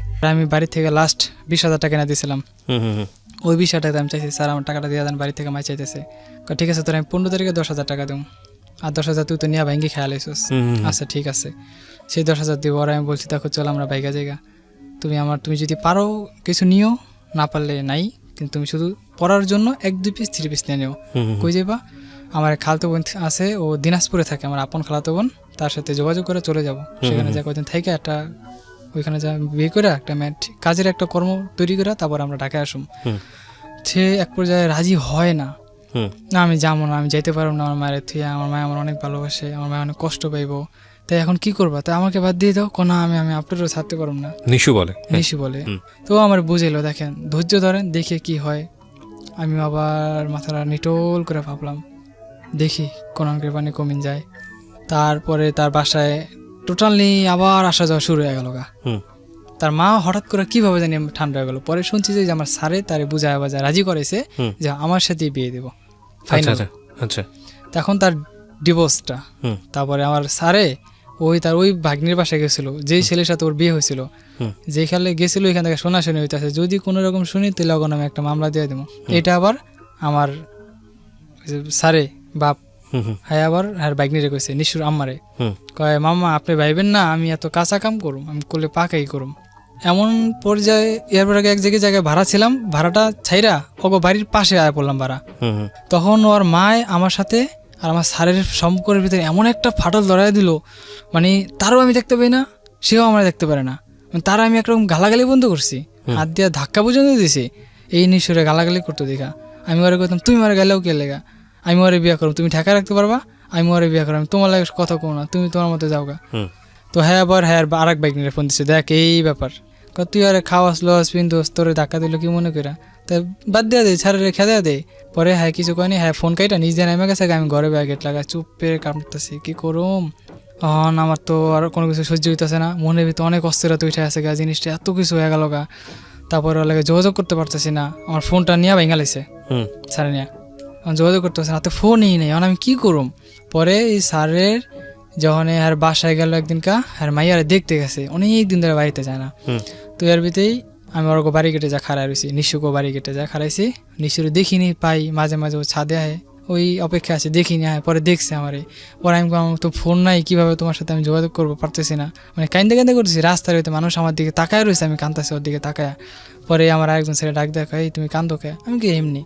তারপর ওই ওগো বাসায় গেলাম, মানে ওর সাথে, মানে আমারে ওরা একটা শর্ত দিল, আমার মেয়ে আমি তোর কাছে বিয়া দেবো। আর মায় কয় ওই আমার মামুর পাশ ছাড়তে হইব, এই চাপটা আমার দিছে। মানে নিশুর মা বলতেছে, নিশুর মা বলতেছে। ওকে, আমার মাথায় কঠিন একটা বাড়ি বললাম, আমি আল্লাহ কি কয় এটা, মানে আমি এটা মাইনে নিতে পারতেছি না, আমি তা করে বলতেও পারতেছি না যে আমি এই জবানে এই কমিটমেন্টে তার সাথে আমি জড়িত আছি। তখন আমি দেখেন এর সাথে আমি কঠিন জবান দিছি, আমি কিভাবে আল্লাহ এত একটা বেমানি করি, আল্লাহ নারাজ হয়ে যাবো। কয় তোর আল্লাহ যদি নারাজ হয়ে যায় তো বুঝ যেখানে জবান দাস নাই যে এরকম সম্পর্ক চিরজীবন থাকবো কিনা। তখন আমার মনে ভিতরে ডাক দেয় নেই যে স্যারের বউ এই নিশুর মায়ের দিয়ে এই চাপটা দেওয়া হইতেছে আমার। আচ্ছা আচ্ছা, ওকে। তখন স্যারেরে বলি, দেখেন অনেক কিছু হয়ে গেছে, মান সম্মান অনেক কিছু নষ্ট হয়েছে, আমি আর চাই না মান সম্মান হারাইতে, আপনি চলে যান। এর মধ্যে আবার নিশুর মেয়ে আমার শিখায় দেয়, আমার মেয়ে তোর বিয়া দেবো, যা জবান দিলাম, তুই এক কাম কর, তুই ঘরগুড়ি ছেড়ে দেশে জাগা, তুই আমার মামুরে ক আমি দেশে যাবো, ঢাকায় আমার থাকতে ভালো লাগে না, তাহলে তোরে আমি, তখন ছিল মাসের 14 তারিখ কি 15 তারিখ এর ভিতর হবে, তুই এই ভাঙ্গা মাস দেশে থাকায় 1 তারিখে তোকে দেশে যাবো আমি, তো বাড়ি ঘর দেখ কামো, আর তোর আমি লই আমু আইন না, আমার ওখানে কদিন থাকবি, তারপর তোর বাপ মানে ডাকায় আমি তোর বিয়া দেবো, মুস্তফা লাগে থাকলে আমি মেয়া বিয়া দিম না। মানে আপনার স্যারের নাম ছিল মুস্তফা? জি, স্যারের নাম ছিল মুস্তফা। তো আমারে তো মাথায় একটাই ঘুরতেছে, মিশুর পাইতে হইলে আমার এর লাগে সম্পর্ক বিচ্ছিন্ন করতে হইব, আমার মাথায় একটাই জিনিসে ঘুরতেছে, আমি কি করুম। কিন্তু লাস্টে আমি দেখলাম না, আমি ওরা ছাড়া বাঁচুম না, এমন একটা ভিতরে আমার ইতরে হয়ে গেল, ওই অন্য মানুষের লাগে আবার বিয়া হইব, অন্য মানুষের লাগে কথা কইব, আমি এটা থাকতে মেনে নিতে পারব না। তো আমি বললাম আমি দেশে যাবো গা, আমি আর ঢাকায় থাকুম না, আমি যদি কোনোদিন দেশেতে ঢাকায় আসি তাহলে আমি আপনার বাড়িতে যাবো, আপনার বাড়িতে আমি চিনি। সেই আশায় সে আমার ছাড়লো, আমি দেশে গেলাম, 10-11 দিন ছিলাম, 12 দিনের দিন আমার আর পড়ান ঠিকই না। মিশুর লাগে তো ফোনে আমার কথাবার্তা চলতে আসে এনি টাইম, কিন্তু আর মায় আমার সবসময় কইতো কথা কম কবি, কথা কম কবি। বাড়িতে যাওয়ার পর থেকে আমার মাকে আমাদের একটু পোল্টে পোল্টে ভাব, কথায় বোঝা গেল। মানে আমি মনে মনে ভাবি আমার খেতে দিয়ে হ্যাঁ লাভ কি, মায়া বিয়া না দিলে বুঝলাম লাভ, তো হ্যাঁ থেকে সরে আমার লাভ হইলো কি। এখন আমি কি করু, মিশুরে কই মিশু আমার ভালো লাগে না, আমি পড়ি, কয় ঠিক আছে। তখন 28 তারিখ রাইতেই কথা, 29 তারিখ সকাল লাগে কথা আমি আয়া পড়ছি, কিন্তু স্যারে জানে না, আর আমি জানাইনি যে আমি ঢাকায় এসে পড়ছি। তো আইসা ওকে বাড়িতে উঠলাম। এরপরে আমার একটা বন্ধু ছিল, বন্ধু কই যেখানে চাকরি করতাম ওইখানে একটা ফ্রেন্ড ছিল আমার, ও হাফিজ ছিল, ওর বাসায় দেখা করতে গেছি। ও আবার স্যারের গোয়া দিয়েছে, স্যার আপনার ছেলে তাই ছিল, কয় আমার ছেলে রাসেল, কয় হ কেউ হয়তো দেশে, না না স্যার বিকালে দেখা করে গেছে। আমার এই স্যারে ফোন দিয়েছে সন্ধ্যাবার, তুই কই? আমিও মিথ্যা কথা গেছি, আমি তো আমার মাথায় যে নাই ওইন্দা ওই আর কয়া দিতে পারে। এর মধ্যে দেশের থেকে ফোন দিয়ে এর কাছ থেকে খরচের টাকা পয়সা আমি নিতাম, কিন্তু আমার উদ্দেশ্য এত থেকে আমি সম্পর্ক বিচ্ছিন্ন করুম না, এই উদ্দেশ্য। কিন্তু ওর মায়ের জাস্ট বোঝানোর জন্য আমি চলে গেছি। পরে আমার বলে যে তুই সত্যি করে কত রাসেল তুই কই আসস? আমি কি বাজারে, তো কয় তুই তো ঢাকায় আইসস আজকা। সাথে সাথে আমার মেমোরি থাকে বল আল হাই আবদুল্লাহ কয়ে দিছে, কই হ আমি আয়া পড়ছি, আমি তোমার কই নাই কইতাম, আমি থুতু মুতু হয়ে গেছি কি কুমার। ঘরে যাই করলাম, নিশু দেখো এই ব্যাপার ফ্লাশ হয়ে গেছে, আমি যে ঢাকা আইছি কিভাবে কিভাবে এইভাবেই। আপনি তো বেশি বুঝেন, আপনি কে লেগে ছেলে লাগে দেখা করতে গেছেন, লগে লগে লগে বেঁচতে আইসে, রাস্তা দিয়ে আইতাছে আর ফোনে করতেছে, তোর আমি পাইলে আজকে মাইরালামু। আমি তো ডরে এক ঘরে একটা ঘরা ছিল, বাড়াটিয়া ঘরে যা পলাই রয়েছি। এবার এই রাস্তায় নিশু আর নিশুর মায় কয় তুই ঘরে যা থাকা দেই কি করে, বিচ্ছাই বুঝে তার পায়নি, বাড়িটা ঘরে তার ঢুকবো না, ওকে ঘরে বিচ্ছাই বুঝাই গেছে গা। হ্যাঁ গিয়ে যাওয়ার পরে আমার কয় রাসেল তুই এখন কি করবি, তোর ডিসিশনটা কি? আমি ডিসিশন জানিস তাই মুস্তফা বাদ, আমি বাদ বাদতে লাগে টোটাল বেকার লাগে, আর আমি চিনি না এরকম পরিস্থিতি। ওগুলোকে তো পুরো দেখা যাচ্ছে আমি আপনার মেয়ে এলাকা সব ছেড়ে দিছি। তারপরে এই নিশু আমারে কইতেছে এখন কি করবেন তাহলে আপনি, আমার এই চাকরিটাও গেছে গা, আমি এখন টোটাল বেকার, দেশে 15 দিন থেকেছি, কাজ কাম নাই। তো এর ভিতরে আমার মায় আমার হঠাৎ করে ফোন দিয়ে এলো, কয় কি রে তুই তো দেশে এতদিন কোনোদিন থাকস নাই, কি হয়েছে তোর? আমি কি না কিছু হয় নাই, আর এত কিছু হয়ে গেছে আমার মায় জানে না, ও ঘরে থাকার 5-7 দিন পরেই কইলো রাসেল কাজ কাম কর একটা। আমি কি একটা কাজ করুম, আমার গাড়ি শিখার ইচ্ছা, ড্রাইভিং শিখুম, আপনি আমার ড্রাইভিংটা শিখাই দেন, চাকরি আমি একটা বাস করে নিতে পারবো। পারবি তো? আমি কি এই কয়া ওর মায় আমার 1 মাস ঘুরেছে। নিশুর মা? হ্যাঁ। আচ্ছা। ড্রাইভিং শিখামু, তুই টেনশন করিস না। আমি কইছি তোর ড্রাইভিং শিখামু, তোর আমি বিদেশ পর্যন্ত পাঠামু, তুই যাবি? আমি কি আমি যাবো। তোর ড্রাইভিংটা শিখা তোর আমি বিদেশ পাঠামু। তো ওই আশায় আমি আর নিশুরের একদিনকার আগে কি লিয়া জানি ঝগড়া লাগলো, ওই আমার বকা দিছে জিদ্দের মাথা। পরে আমি একটা লাঠিতে বাড়ি মারছি। খবর পাই আইসে ওর মায় আমার একটা থাপ্পড় মারছে ঘরের ভিতরে। ঠিক আছে, তুই বাইরে অক্ষণে। পরে আমি বাইরে গেলাম, মিশিয়ে গেলাম, তুমি আমার ফোন দিও। ওই আর বড় বোনের বাসায় গেছে গা, আমিও পিছে ফলো করতে গেলাম। ওইখানে গেছি, ওকে বাসায় গেছি। ওকে বাসায় যে গেট খুলছে, গেট বাড়িতে মানে গেট খুলছে, তো যাতে গেট সিটকিন না লাগাতে পারি, কারণ আগে আমি হাত ঢুকাই দিছি। হাত ঢুকাতে আমার অনেক জোরে একটা চাপ দিছে, এই জায়গায় আমি হাড্ডিতে ব্যথা পেয়েছি। আমার ব্যথাটা এখনো মাঝে মাঝে ওঠে। তো ঘরে গেলাম, মিশিয়ে গেলাম, তুমি চলো আজকে তোমার আমি জামগা। মিশিও রাজি, সবাই রাজি। আমার মা আমারে এই অনেক থাপড়াইতেছে, অনেক মারতেছে। তারপরে একটা লাঠি দিয়ে বাড়ি মারছে, বাড়িটা আমার গাড়ির উপরে পড়ছে। ওই ব্যথায় আমি অনেক চিখের বেড়া কাঁদছি। পরে নিজের মাথায় নিজের জিদ দিয়ে গেট ওয়ালের ভিতরে 4-5টা বাড়ি মারছে মাথা। পরে ওরা অন্য ঘরে নিয়ে আটকে রাখছে। পরে ওই দিনকার জোর করে লয়ে আমি গেছি কারণ কই যাবো, ঘুরতাছি গাড়তাছি। লাস্টে ওই মস্তবার লাগে আবার যোগাযোগ করছি। হ্যাঁ, আমার বুঝায় এখন আবার পাঠাইলো। ওর মেয়ে আমার ফোন দেয়, আমি নারী নির্যাতন মামলা দেবো তোর নামে। ঠিক আছে, নারী নির্যাতন মামলা দিয়ে আপনি। পরে ওর বোন একটু ভালো ছিল, তো ওর বোনের বাসা আমার 20 দিন ডাকছে। তো ওই 20 দিনের বাসা থাকলাম। ফেব্রুয়ারির 1 তারিখে পাশের ঘর খালি হয়েছে, ওই ঘরে আমি ঢুকছি। ওর বিয়ে করলাম, হুজুর দিয়া বিয়ে বসলাম। তখন টাকা পয়সা ছিল না, টাকা কই পাবো আমি। পরে যে আমার যে একটা ফ্রেন্ড আছে না, ও হাফিজ ছিল, ও মানে কলমে টলমায় পরে নিয়মকরণ দিয়া বিয়ে পড়ায় দিছে। কইছে বিয়ে, আমি জিজ্ঞাসা বিয়ে ফরজ হয়েছে? ফরজ হয়েছে। পরে বিয়ে পড়াইছে, ওইভাবে চলতেছি, টাকা নাই, খাইতে পারি না, কি করুম। পরে ওকে বাড়ির সামনে নিচে দাঁড়ায় আমি চিন্তা করতেছি কি করুম। পরে একটা রিক্সাওয়ালার সাথে আমার দেখা হইলো। আমার সামনে রিক্সাওয়ালাটা প্যাসেঞ্জার নাম হইলো। আমি জিজ্ঞাসা করলাম, ভাই রিক্সা কত টাকা জমা? জিজ্ঞাসা করলাম, বললাম সব বিস্তারিত। ভাই এই ব্যাপার, আমি বিয়ে শাদী করছি। ও আমার গুলো, ভাই রিক্সা চালালে ঘরে কোনো অভাব থাকে না, লজ্জা শরম ফালা। ওই এলাকার বাইরে একটা রিক্সা গ্যারেজ ছিল, আমি সেই গ্যারেজে ঢুকলাম। আমার রিক্সা দিব না, অন্য একটা গ্যারেজে গেলাম। ভাই দেন আমার এই ব্যাপার অনেক কষ্ট হইতেছে। আমার বললে আমি খাইতে পারতেছি না, আমার বউ না খায়া থাকে। পরে ওই গ্যারেজের ম্যানেজারটা খুব দেশি ছিল, কয় ঠিক আছে যাও ভাই, তোমার একটা রিক্সা দিমু আমি। ওই রিক্সা আমি প্রথমে একটা খ্যাপ মারছিলাম আপনার গুলিস্থান থেকে তাঁতিবাজার মোড় পর্যন্ত 20 টাকা দিছে। ওইখান থেকে আবার লক্ষ্মীবাজার একটা স্টুডেন্ট খ্যাপ নিলাম, ওইখানে 20 টাকা দিছে। এই 40 টাকা খ্যাপ মাইরা আমি দিয়ে আর খাইতে পারি না, আমার ভিতরটা শুকায় গেছে গা। পরে পানি খেলাম 4-5 গ্লাস, খাইয়া অনেক সুন্দর পড়েছি। একটা রিক্সা এলাকায়, বাবা তুমি কান্দো কে? কইতে পারি না যে আমি বিয়ে করছি বয়সে। 360 টাকা হয়েছে আমার কাছে তখন। চলে গেছি 60 টাকা রিক্সা জমা দিয়া, হাত মুখ দিয়া ফেরিস টেসা চলে আসে। মিশরে বুঝতে না পারে, ওটি দিয়া চাইল ডাইল মোটামুটি 2-4 দিন চলার মতো সবকিছু করে আলাইছি। পরে এই রিক্সা চালাইতাছি 9 মাস রিক্সা চালা আমি কালা ভূত হয়ে গেছি গা। ধর আমি বুক করতাম, রোহিতের কাজ করি, তো এই অবস্থা। তারপরে এর ভিতরে ওরা একটা প্রাণের চাকরি পাইছে। আবার রিক্সাওয়ালা কথা কইতে প্রাণের দুধ বেছে কথা কইতে ওই চাকরি নিয়ে আনিছি, 9,000 টাকা বেতন দিব। চলতাছি এর ভিতরেই ওর পেটে একটা বাচ্চা এসে পড়ে, অ্যাক্সিডেন্ট, কোনো প্ল্যান প্রোগ্রাম ছিল না। ওকে। সেই বাচ্চা আসা পরে ওনার মায় পুরা বাড়ি তার বাচ্চাটা কিভাবে ফালাই দিব। আমি কি তুমি তোমার বিবাহিত স্ত্রী হয়ে থাকো, আর যদি আমাকে তোমার স্বামী হিসাবে মানো, তাহলে আমার কথাই শুনবা তুমি।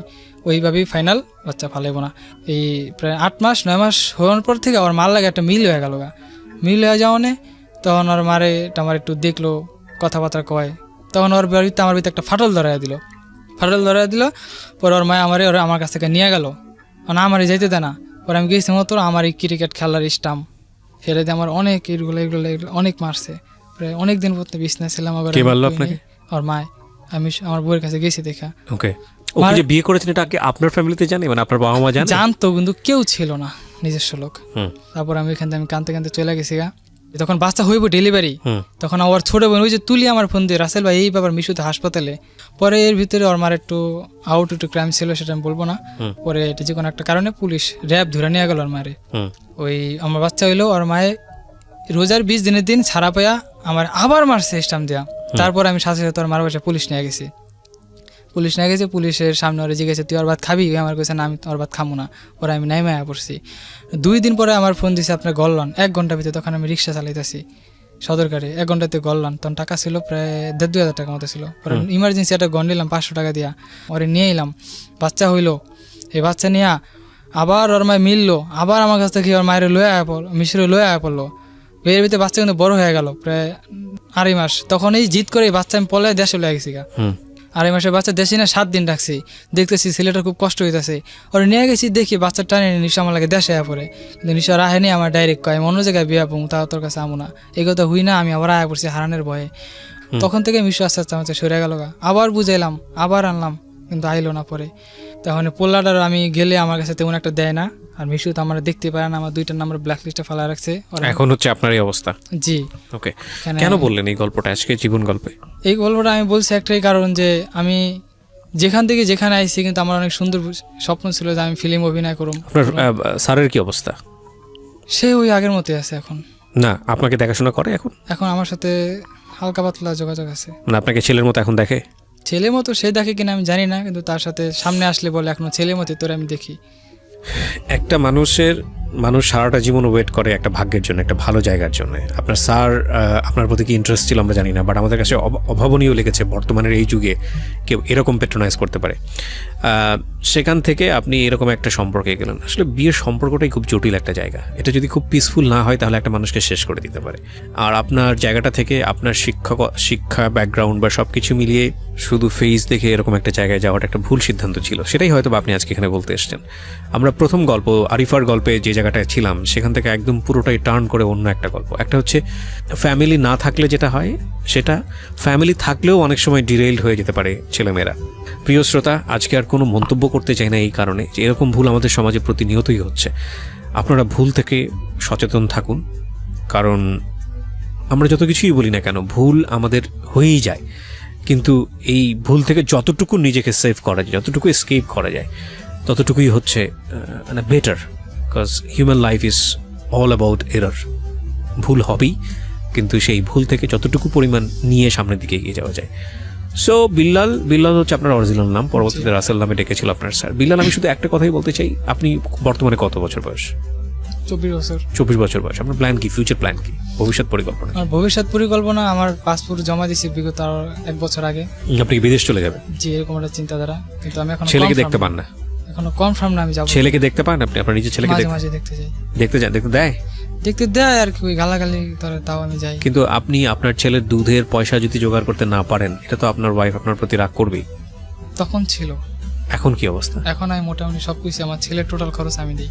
ঠিক আছে, এটা তো ভালো নিউজ। আপনি তো ছেলেকে দেখতে পান, একটা সাপোর্ট আছে, সম্ভাবনা আছে। আপনার ওয়াইফ কি বলে? আপনাকে আর বিয়ে, আপনার সঙ্গে সংসার করবে না, অন্যদিকে চলে যাবে, এরকম কিছু? লাস্ট কইছে কিছুদিনের ভিতরে আমার একটা ডিভোর্সের কাগজ লিখে দিয়ে দেব। যদি সেটাই হয় আপনাকে মেনে নিতে হবে, কিছু করার নাই এখানে। আপনি তো জোর জবরদস্তি করতে পারবেন না। একটা সংসারে জোর জবরদস্তি করে একটা সময়। আমি বাড়ি থেকে লাস্ট 20,000 টাকা না দিয়েছিলাম। ওই 20,000 টাকা আমি চাইছি, স্যার আমার টাকাটা দিয়ে দেন, বাড়ি থেকে মাই চাইতেছে।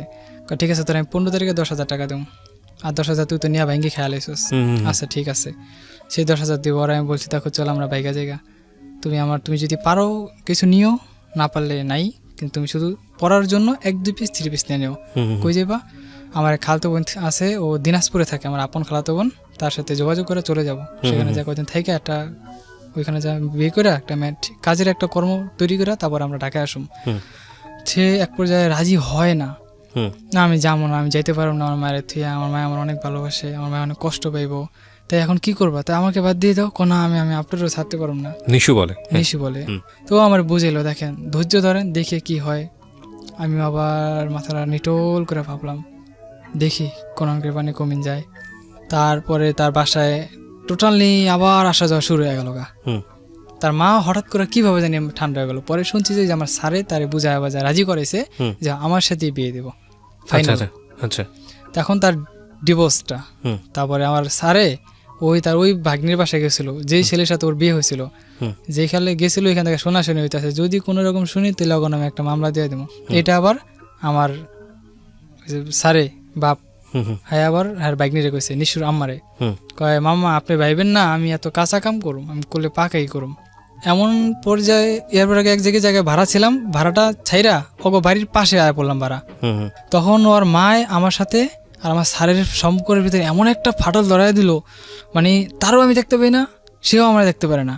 তারা আমি একরকম গালাগালি বন্ধ করছি, হাত দিয়ে ধাক্কা পর্যন্ত দিয়েছি, এই নিশুরে গালাগালি করতে দেখা। আমি ওরে কইতাম তুমি ওরে গেলেও কে লেগা, আমি ওরে বিয়ে করব, তুমি ঢাকা রাখতে পারবা, আমি ওরে বিয়ে করব, আমি তোমার লাগে কথা কো না, তুমি তোমার মতো যাওগা। তো হ্যাঁ আবার হ্যাঁ আর এক বাইক নিয়ে ফোন দিচ্ছে, দেখ এই ব্যাপার। তুই আরে খাওয়াস লস পিন্দোস তোরে ধাক্কা দিল কি মনে করা, তা বাদ দেওয়া দে, ছাড়ে রেখে দেওয়া দে। পরে হ্যাঁ কিছু কয়নি, হ্যাঁ ফোন কাইটা নিজে নেমে গেছে, আমি ঘরে ব্যাগেট লাগা চুপ পেয়ে কামড়তেছি, কি করুম। আমার তো আর কোনো কিছু সহ্য হইতেছে না, মনের ভিতরে অনেক অস্থিরতা উঠে আছে গা, জিনিসটা এত কিছু হয়ে গেল গা।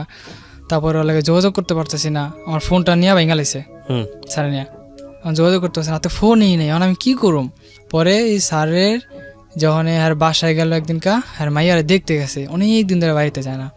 তো এর ভিতরেই আমি ওর বাড়ি কেটে যা খাড়াই রয়েছি, নিশুকে বাড়ি কেটে যা খাড়াইছি, নিশুরে দেখিনি পাই, মাঝে মাঝে ও ছাদে আয়, ওই অপেক্ষা আছে দেখিনি আয়। পরে দেখছে আমারে, পরে আমি আমার তো ফোন নাই, কীভাবে তোমার সাথে আমি যোগাযোগ করবো, পারতেছি না, মানে কান্দে কান্দে করতেছি। রাস্তার হইতে মানুষ আমার দিকে তাকায় রয়েছে, আমি কান্দাছি ওর দিকে তাকায়। পরে আমার আরেকজন ছেলে ডাক দেখা, এই তুমি কান্দো কে, আমি কি এমনি। তারপর ওই অগ বাসায় গেলাম, মানে ওর সাথে মানে আমারে ওরা একটা শর্ত দিল, আমার মেয়ে আমি তোর কাছে বিয়া দেবো। আর মায় কয় ওই আমার মামুর পাশ ছাড়তে হইব, এই চাপটা আমার দিছে। মানে নিশুর মা বলতেছে, নিশুর মা বলতেছে। ওকে, আমার মাথায় কঠিন একটা বাড়ি পড়লো, আমি আল্লাহ কি কয় এটা, মানে আমি এটা মাইনে নিতে পারতেছি না, আমি তা করে বলতেও পারতেছি না যে আমি এই জবানে এই কমিটমেন্টে তার সাথে আমি জড়িত আছি। তখন আমি দেখেন এর সাথে আমি কঠিন জবান দিছি, আমি কিভাবে আল্লাহ এত একটা বেমানি করি, আল্লাহ নারাজ হয়ে যাবো। কয় তোর আল্লাহ যদি নারাজ হয়ে যায় তো বুঝ যখন জবান দাস নাই যে এরকম সম্পর্ক ছিল যেমন থাকবো কিনা। তখন আমার মনে ভিতরে ডাক দেয় নাই যে স্যারের বউ এই নিশুর মায়ের দিয়ে এই চাপটা দেওয়া হইতেছে আমার। আচ্ছা আচ্ছা, ওকে। তখন স্যারেরে বলি, দেখেন অনেক কিছু হয়ে গেছে, মান সম্মান অনেক কিছু নষ্ট হয়েছে, আমি আর চাই না মান সম্মান হারাইতে, আপনি চলে যান। এর মধ্যে আবার নিশুর মেয়ে আমার শিখায় দেয়, আমার মেয়ে তোর বিয়া দেবো, যা জবান দিলাম, তুই এক কাম কর, তুই ঘরগুড়ি ছেড়ে দেশে জাগা, তুই আমার মামুরে ক আমি দেশে যাবো, ঢাকায় আমার থাকতে ভালো লাগে না। তাহলে তোরে আমি, তখন ছিল মাসের 14 তারিখ কি 15 তারিখ এর ভিতরে হবে, তুই এই ভাঙ্গা মাস দেশে থাইকা 1 তারিখে তোকে দেশে যাবো আমি, তো বাড়ি ঘর দেখামো, আর তোর আমি লই আমু আইন না, আমাকে কদিন থাকবি, তারপর তোর বাপ মানে ঢাকায় আমি তোর বিয়া দেবো। মুস্তফা লাগে থাকলে আমি মেয়া বিয়া দিম না। মানে আপনার স্যারের নাম ছিল মুস্তফা? জি, স্যারের নাম ছিল মুস্তফা। তো আমারে তো মাথায় একটাই ঘুরতেছে, মিশুরে পাইতে হইলে আমার এর লাগে সম্পর্ক বিচ্ছিন্ন করতে হইব, আমার মাথায় একটাই জিনিসে ঘুরতেছে, আমি কি করুম। কিন্তু লাস্টে আমি দেখলাম না, আমি ওর ছাড়া বাঁচুম না। এমন একটা ভিতরে আমার তৈরি হয়ে গেল, ওই অন্য মানুষের লাগে আবার বিয়া হইব, অন্য মানুষের লাগে কথা কইব, আমি এটা থাকতে মেনে নিতে পারব না। তো আমি বললাম আমি দেশে যাবো গা, আমি আর ঢাকায় থাকুম না, আমি যদি কোনোদিন দেশেতে ঢাকায় আসি তাহলে আমি আপনার বাড়িতে যাবো, আপনার বাড়িতে আমি চিনি। সেই আশায় সে আমার ছাড়লো, আমি দেশে গেলাম। 10-11 দিন ছিলাম, 12 দিনের দিন আমার আর পড়ান ঠিকই না। মিশুর লাগে তো ফোনে আমার কথাবার্তা চলতে আসে এনি টাইম, কিন্তু আর মায় আমার সবসময় কইতো কথা কম কবি, কথা কম কবি। বাড়িতে যাওয়ার পর থেকে আমার মাকে আমাদের একটু পোল্টে ভাব, কথায় বোঝা গেল। আর আমি মনে মনে ভাবি আমার খেতে দিয়ে হ্যাঁ লাভ কি, মায়া বিয়া না দিলে বুঝলাম লাভ, তো হ্যাঁ থেকে সরে আমার লাভ হইলো কি। এখন আমি কি করু, মিশুরে কই মিশু আমার ভালো লাগে না, আমি পড়ি। কয় ঠিক আছে। তখন 28 তারিখ রাইতেই কথা, 29 তারিখ সকাল লাগে কথা কয়ে আমি পড়ছি, কিন্তু স্যারে জানে না, আর আমি জানিনি যে আমি ঢাকায় এসে পড়ছি। তো আইসা ওকে বাড়িতে উঠলাম। এরপরে আমার একটা বন্ধু ছিল, বন্ধু যেখানে চাকরি করতাম ওইখানে একটা ফ্রেন্ড ছিল আমার, ও হাফিজ ছিল, ওর বাসায় দেখা করতে গেছি। ও আবার স্যারের গোয়া দিয়েছে, স্যার আপনার ছেলে তাই ছিল। আমার ছেলে রাসেল? হ। কেউ হয়তো দেশে? না না স্যার বিকালে দেখা করে গেছে। আমার স্যারে ফোন দিয়েছে সন্ধ্যাবার, তুই কই? আমিও মিথ্যা কথা গেছি, আমি তো আমার মাথায় যে নাই ওইন্দা ওই আর কয়া দিতে পারে। এই বলতে দেশের থেকে ফোন দিয়ে এর কাছ থেকে খরচের টাকা পয়সা আমি নিতাম, কিন্তু আমার উদ্দেশ্য এত থেকে আমি সম্পর্ক বিচ্ছিন্ন করুম না, এই উদ্দেশ্য। কিন্তু ওর মায়ের জাস্ট বোঝানোর জন্য আমি চলে গেছি। পরে আমার বলে যে তুই সত্যি করে কত রাসেল তুই কই আসস? আমি কি বাজারে, তো কয় তুই তো ঢাকায় আসছিস আজকা। সাথে সাথে আমার মেমোরিতে বল আল হায় আবদুল্লাহ কয়ে দিছে। কই আমি আয়া পড়ছি, আমি তোমার কই নাই কইতাম, আমি থুতু মুতু হয়ে গেছি কি কুমার। ঘরে যাই করলাম, নিশু দেখো এই ব্যাপার ফ্লাশ হয়ে গেছে, আমি যে ঢাকা আসছি কিভাবে এইভাবেই। আপনি তো বেশি বুঝেন, আপনি কে লেগে ছেড়ে লাগে দেখা করতে গেছেন, লগে লগে লগে বেঁচতে আইসে, রাস্তা দিয়ে আইতাছে আর ফোনে করতেছে তোর আমি পাইলে আজকে মাইরালাম। আমি তো ডরে ঘরে একটা ঘর ছিল বাড়াটিয়া, ঘরে যা পলাই রয়েছি। এবার এই রাস্তায় নিশু আর নিশুর মায় কয় তুই ঘরে যা থাকা দেই কি করে, বিচ্ছাই বুঝা তার পায়নি, বাড়িটা ঘরে তার ঢুকবো না, ওকে ঘরে বিচ্ছাই বুঝাই গেছে গা। হ্যাঁ গিয়ে যাওয়ার পরে আমার কয় রাসেল তুই এখন কি করবি, তোর ডিসিশনটা কি? আমি ডিসিশন জানিছি তাই মুস্তফা সম্পর্কে বাদ, আমি কি বাদতে লাগে টোটাল বেকার লাগে, আর আমি চিনি না এরকম পরিস্থিতি। ওগুলোকে তো পুরো দেখাইতেছে আমি আপনার মেয়ে লাগে সব ছেড়ে দিছি। তারপরে এই নিশু আমারে কইতেছে এখন কি করবেন তাহলে আপনি, আমার এই চাকরিটাও গেছে গা, আমি এখন টোটাল বেকার, দেশে 15 দিন থেকেছি, কাজ কাম নাই। তো এর ভিতরে আমার মায় আমার হঠাৎ করে ফোন দিয়ে এলো, কয় কি রে তুই তো দেশে এতদিন কোনোদিন থাকস নাই, কি হয়েছে তোর? আমি কি না কিছু হয়নি, আর এত কিছু হয়ে গেছে আমার মাই জানে না। ও ঘরে থাকার 5-7 দিন পরেই গেলো, রাসেল কাজ কাম কর একটা। আমি কি একটা কাজ করুম, আমার গাড়ি শিখার ইচ্ছা, ড্রাইভিং শিখুম, আপনি আমার ড্রাইভিংটা শিখাই দেন, চাকরি আমি একটা বাস করে নিতে পারবো, পারবি তো? আমি কি এই কয়া ওর মায় আমার 1 মাস ঘুরেছে। নিশুর মা? হ্যাঁ। আচ্ছা। ড্রাইভিং শিখামু, তুই টেনশন করিস না। আমি কইছি তোর ড্রাইভিং শিখামু, তোর আমি বিদেশ পর্যন্ত পাঠামু, তুই যাবি? আমি কি আমি যাবো। তোর ড্রাইভিংটা শিখা তোর আমি বিদেশ পাঠামু। তো ওই আশায় আমি আর নিশুরের একদিনকার আগে কি লিয়া জানি ঝগড়া লাগলো, ওই আমার বকা দিছে জিদ্দের মাথা। পরে আমি পরে একটা লাঠিতে বাড়ি মারছি। খবর পাই আইসে ওর মায় আমার একটা থাপ্পড় মারছে ঘরের ভিতরে, তুই বাইরে অক্ষণে। পরে আমি বাইরে গেলাম, মিশিয়ে গেলাম, তুমি আমার ফোন দিও। ওই আর বড় বোনের বাসায় গেছে গা, আমিও পিছিয়ে ফলো করতে গেলাম। ওইখানে গেছি, ওকে বাসায় গেছি। ওকে বাসায় যে গেট খুলছে, গেট বাড়িতে মানে গেট খুলছে, তো যাতে গেট সিটকিন না লাগাতে পারি, কারণ আগে আমি হাত ঢুকাই দিছি। হাত ঢুকাতে আমার অনেক জোরে একটা চাপ দিছে, এই জায়গায় আমি হাড্ডিতে ব্যথা পেয়েছি। আমার ব্যথাটা এখনো মাঝে মাঝে ওঠে। তো ঘরে গেলাম, মিশিয়ে গেলাম, তুমি চলো আজকে তোমার আমি জামগা। মিশিও রাজি, সবাই রাজি। ওনার মা আমারে এই অনেক থাপড়াইতেছে, অনেক মারতেছে। তারপরে একটা লাঠি দিয়ে বাড়ি মারছে, বাড়িটা আমার গাড়ির উপরে পড়ছে। ওই ব্যথায় আমি অনেক চিখের বেড়া কাঁদছি। পরে নিজের মাথায় নিজের জিদ দিয়ে গেট ওয়ালের ভিতরে 4-5টা বাড়ি মারছি মাথা। পরে ওর অন্য ঘরে নিয়ে আটকে রাখছে। পরে ওই দিনকার জোর করে লয়ে আমি গেছি লয়ে গেছি, কারণ কই যাবো, ঘুরতাছি গাড়তাছি। লাস্টে ওই মোস্তফার লাগে আবার যোগাযোগ করছি। হ্যাঁ, আমার বুঝায় হনে আবার পাঠাইলো। ওর মেয়ে আমার ফোন দেয়, আমি নারী নির্যাতন মামলা দেবো তোর নামে। ঠিক আছে, নারী নির্যাতন মামলা দিয়ে আপনি। পরে ওর বোন একটু ভালো ছিল, তো ওর বোনের বাসা আমার 20 দিন ডাকছে। তো ওই 20 দিনের বাসা থাকলাম। ফেব্রুয়ারির 1 তারিখে পাশের ঘর খালি হয়েছে, ওই ঘরে আমি ঢুকছি। ওর বিয়ে করলাম, হুজুর দিয়া বিয়ে বসলাম। তখন টাকা পয়সা ছিল না, টাকা কই পাম আমি। পরে যে আমার যে একটা ফ্রেন্ড আছে না, ও হাফিজ ছিল, ও মানে কলমে টলমে পরে নিয়মকরণ দিয়া বিয়ে পড়ায় দিছে। কইছে বিয়ে, আমি জিজ্ঞাসা ভাই বিয়ে ফরজ হয়েছে? ফরজ হয়েছে। পরে বিয়ে পড়াইছে, ওইভাবে চলতেছি, টাকা নাই, খাইতে পারি না, কি করুম। পরে ওকে বাড়ির সামনে নিচে দাঁড়ায় আমি চিন্তা করতেছি কি করুম। পরে একটা রিক্সাওয়ালার সাথে আমার দেখা হইলো। আমার সামনে রিক্সাওয়ালাটা প্যাসেঞ্জার নাম হইলো। আমি জিজ্ঞাসা করলাম, ভাই রিক্সা কত টাকা জমা? জিজ্ঞাসা করলাম, বললাম সব বিস্তারিত। ভাই এই ব্যাপার, আমি বিয়ে শাদী করছি।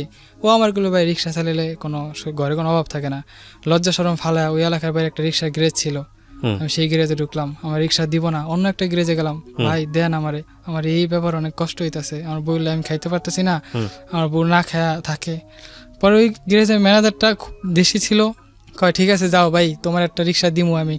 ওই রিক্সা আমি প্রথমে একটা খ্যাপ মারছিলাম আপনার গুলিস্থান থেকে তাঁতিবাজার মোড় পর্যন্ত 20 টাকা দিছে। ওইখান থেকে আবার লক্ষ্মীবাজার একটা স্টুডেন্ট খ্যাপ নিলাম, ওইখানে 20 টাকা দিছে। এই 40 টাকা খ্যাপ মাইরা আমি দিয়ে আর খাড়াইতে পারি না, আমার ভিতরটা শুকায় গেছে পরে পানি খেলাম 4-5 গ্লাস, খাইয়া অনেক সুন্দর পড়েছি। একটা রিক্সা এলাকায়, বাবা তুমি কান্দো কে? কইতে পারি না যে আমি বিয়ে করছি বয়সে। 360 টাকা হয়েছে আমার কাছে তখন। চলে গেছি 60 টাকা রিক্সা জমা দিয়া, হাত মুখ দেওয়া, ফেরিস টেসা চলে আসে। মিশতে বুঝতে না পারে, ওটি দেওয়া চাইল ডাইল মোটামুটি 2-4 দিন চলার মতো সবকিছু করে লাইছি। পরে এই রিক্সা চালাইতাছি 9 মাস রিক্সা চালা আমি কালা ভূত হয়ে গেছি ধর আমি বুক করতাম, রোহিতের কাজ করি, তো এই অবস্থা। তারপরে এর ভিতরে ওর একটা প্রাণের চাকরি পেয়েছি। আবার রিক্সাওয়ালা কথা কইতে প্রাণের দুধ বেছে কথা কইতে ওই চাকরি নিয়ে আনিছি, 9,000 টাকা বেতন দিব। চলতাছি এর ভিতরেই ওর পেটে একটা বাচ্চা এসে পড়ে, অ্যাক্সিডেন্ট, কোনো প্ল্যান প্রোগ্রাম ছিল না। ওকে। সেই বাচ্চা আসা পরে ওনার মায় পুরা বাড়ি তার বাচ্চাটা কিভাবে ফালাই দিব। আমি কি তুমি তোমার বিবাহিত স্ত্রী হয়ে থাকো, আর যদি আমাকে তোমার স্বামী হিসাবে মানো, তাহলে আমার কথাই শুনবা তুমি। ওইভাবেই ফাইনাল বাচ্চা ফালাইবো না। এই প্রায় 8-9 মাস হওয়ার পর থেকে ওর মার লাগে একটা মিল হয়ে গেল মিল হয়ে যাওয়ানে। তখন ওর মারে আমার একটু দেখলো, কথাবার্তা কয়। তখন ওর বাড়িতে আমার ভিতরে একটা ফাটল ধরাই দিল। পরে ওর মায় ওরা আমার কাছ থেকে নিয়ে গেল, মানে আমারই যাইতে দেয় না। পরে আমি গেছি মতো আমার এই ক্রিকেট খেলার স্টাম্প ফেলে দিয়ে আমার অনেক এগুলো অনেক মারছে। প্রায় অনেক দিন পর্যন্ত বিছনা ছিলাম। আবার ওর মায়, আমি আমার বউয়ের কাছে গেছি দেখা। ওকে। ও যে বিয়ে করেছেন এটা কি আপনার ফ্যামিলিতে জানে, মানে আপনার বাবা মা জানে? জানতো, কিন্তু কেউ ছিল না, নিজস্ব লোক। তারপর আমি এখান থেকে কাঁদতে চলে গেছি তখন বাচ্চা হইব ডেলিভারি। তখন আমার ছোট বোন ওই যে তুলি আমার ফোন দিয়ে, রাসেল ভাই এই ব্যাপার মিশুতে হাসপাতালে। পরে এর ভিতরে ওর মার একটু ক্রাইম ছিল, সেটা আমি বলবো না। পরে এটা যে কোনো একটা কারণে পুলিশ র্যাব ধরে নিয়ে গেল ওর মারে।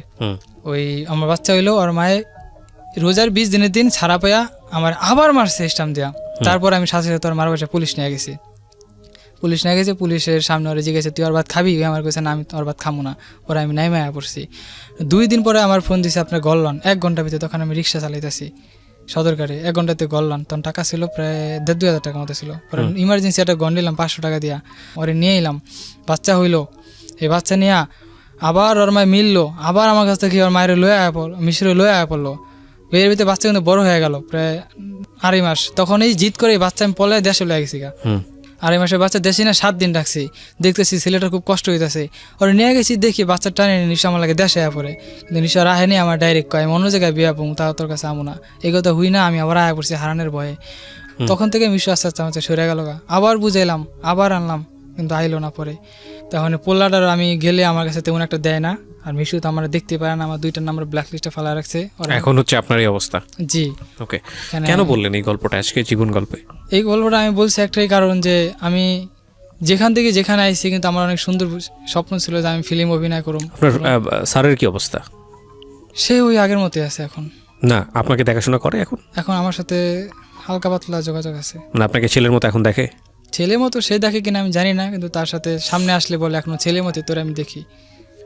একটা মানুষ সারাটা জীবন ওয়েট করে একটা ভাগ্যের জন্য, একটা ভালো জায়গার জন্য। আপনার স্যার আপনার প্রতি কি ইন্টারেস্ট ছিল আমরা জানি না, বাট আমাদের কাছে অভাবনীয় লেগেছে বর্তমানের এই যুগে কেউ এরকম পেট্রোনাইজ করতে পারে। সেখান থেকে আপনি এরকম একটা সম্পর্কে গেলেন। আসলে বিয়ের সম্পর্কটাই খুব জটিল একটা জায়গা। এটা যদি খুব পিসফুল না হয় তাহলে একটা মানুষকে শেষ করে দিতে পারে। আর আপনার জায়গাটা থেকে আপনার শিক্ষা ব্যাকগ্রাউন্ড বা সব কিছু মিলিয়ে শুধু ফেস দেখে এরকম একটা জায়গায় যাওয়াটা একটা ভুল সিদ্ধান্ত ছিল। সেটাই হয়তো আপনি আজকে এখানে বলতে এসেছেন।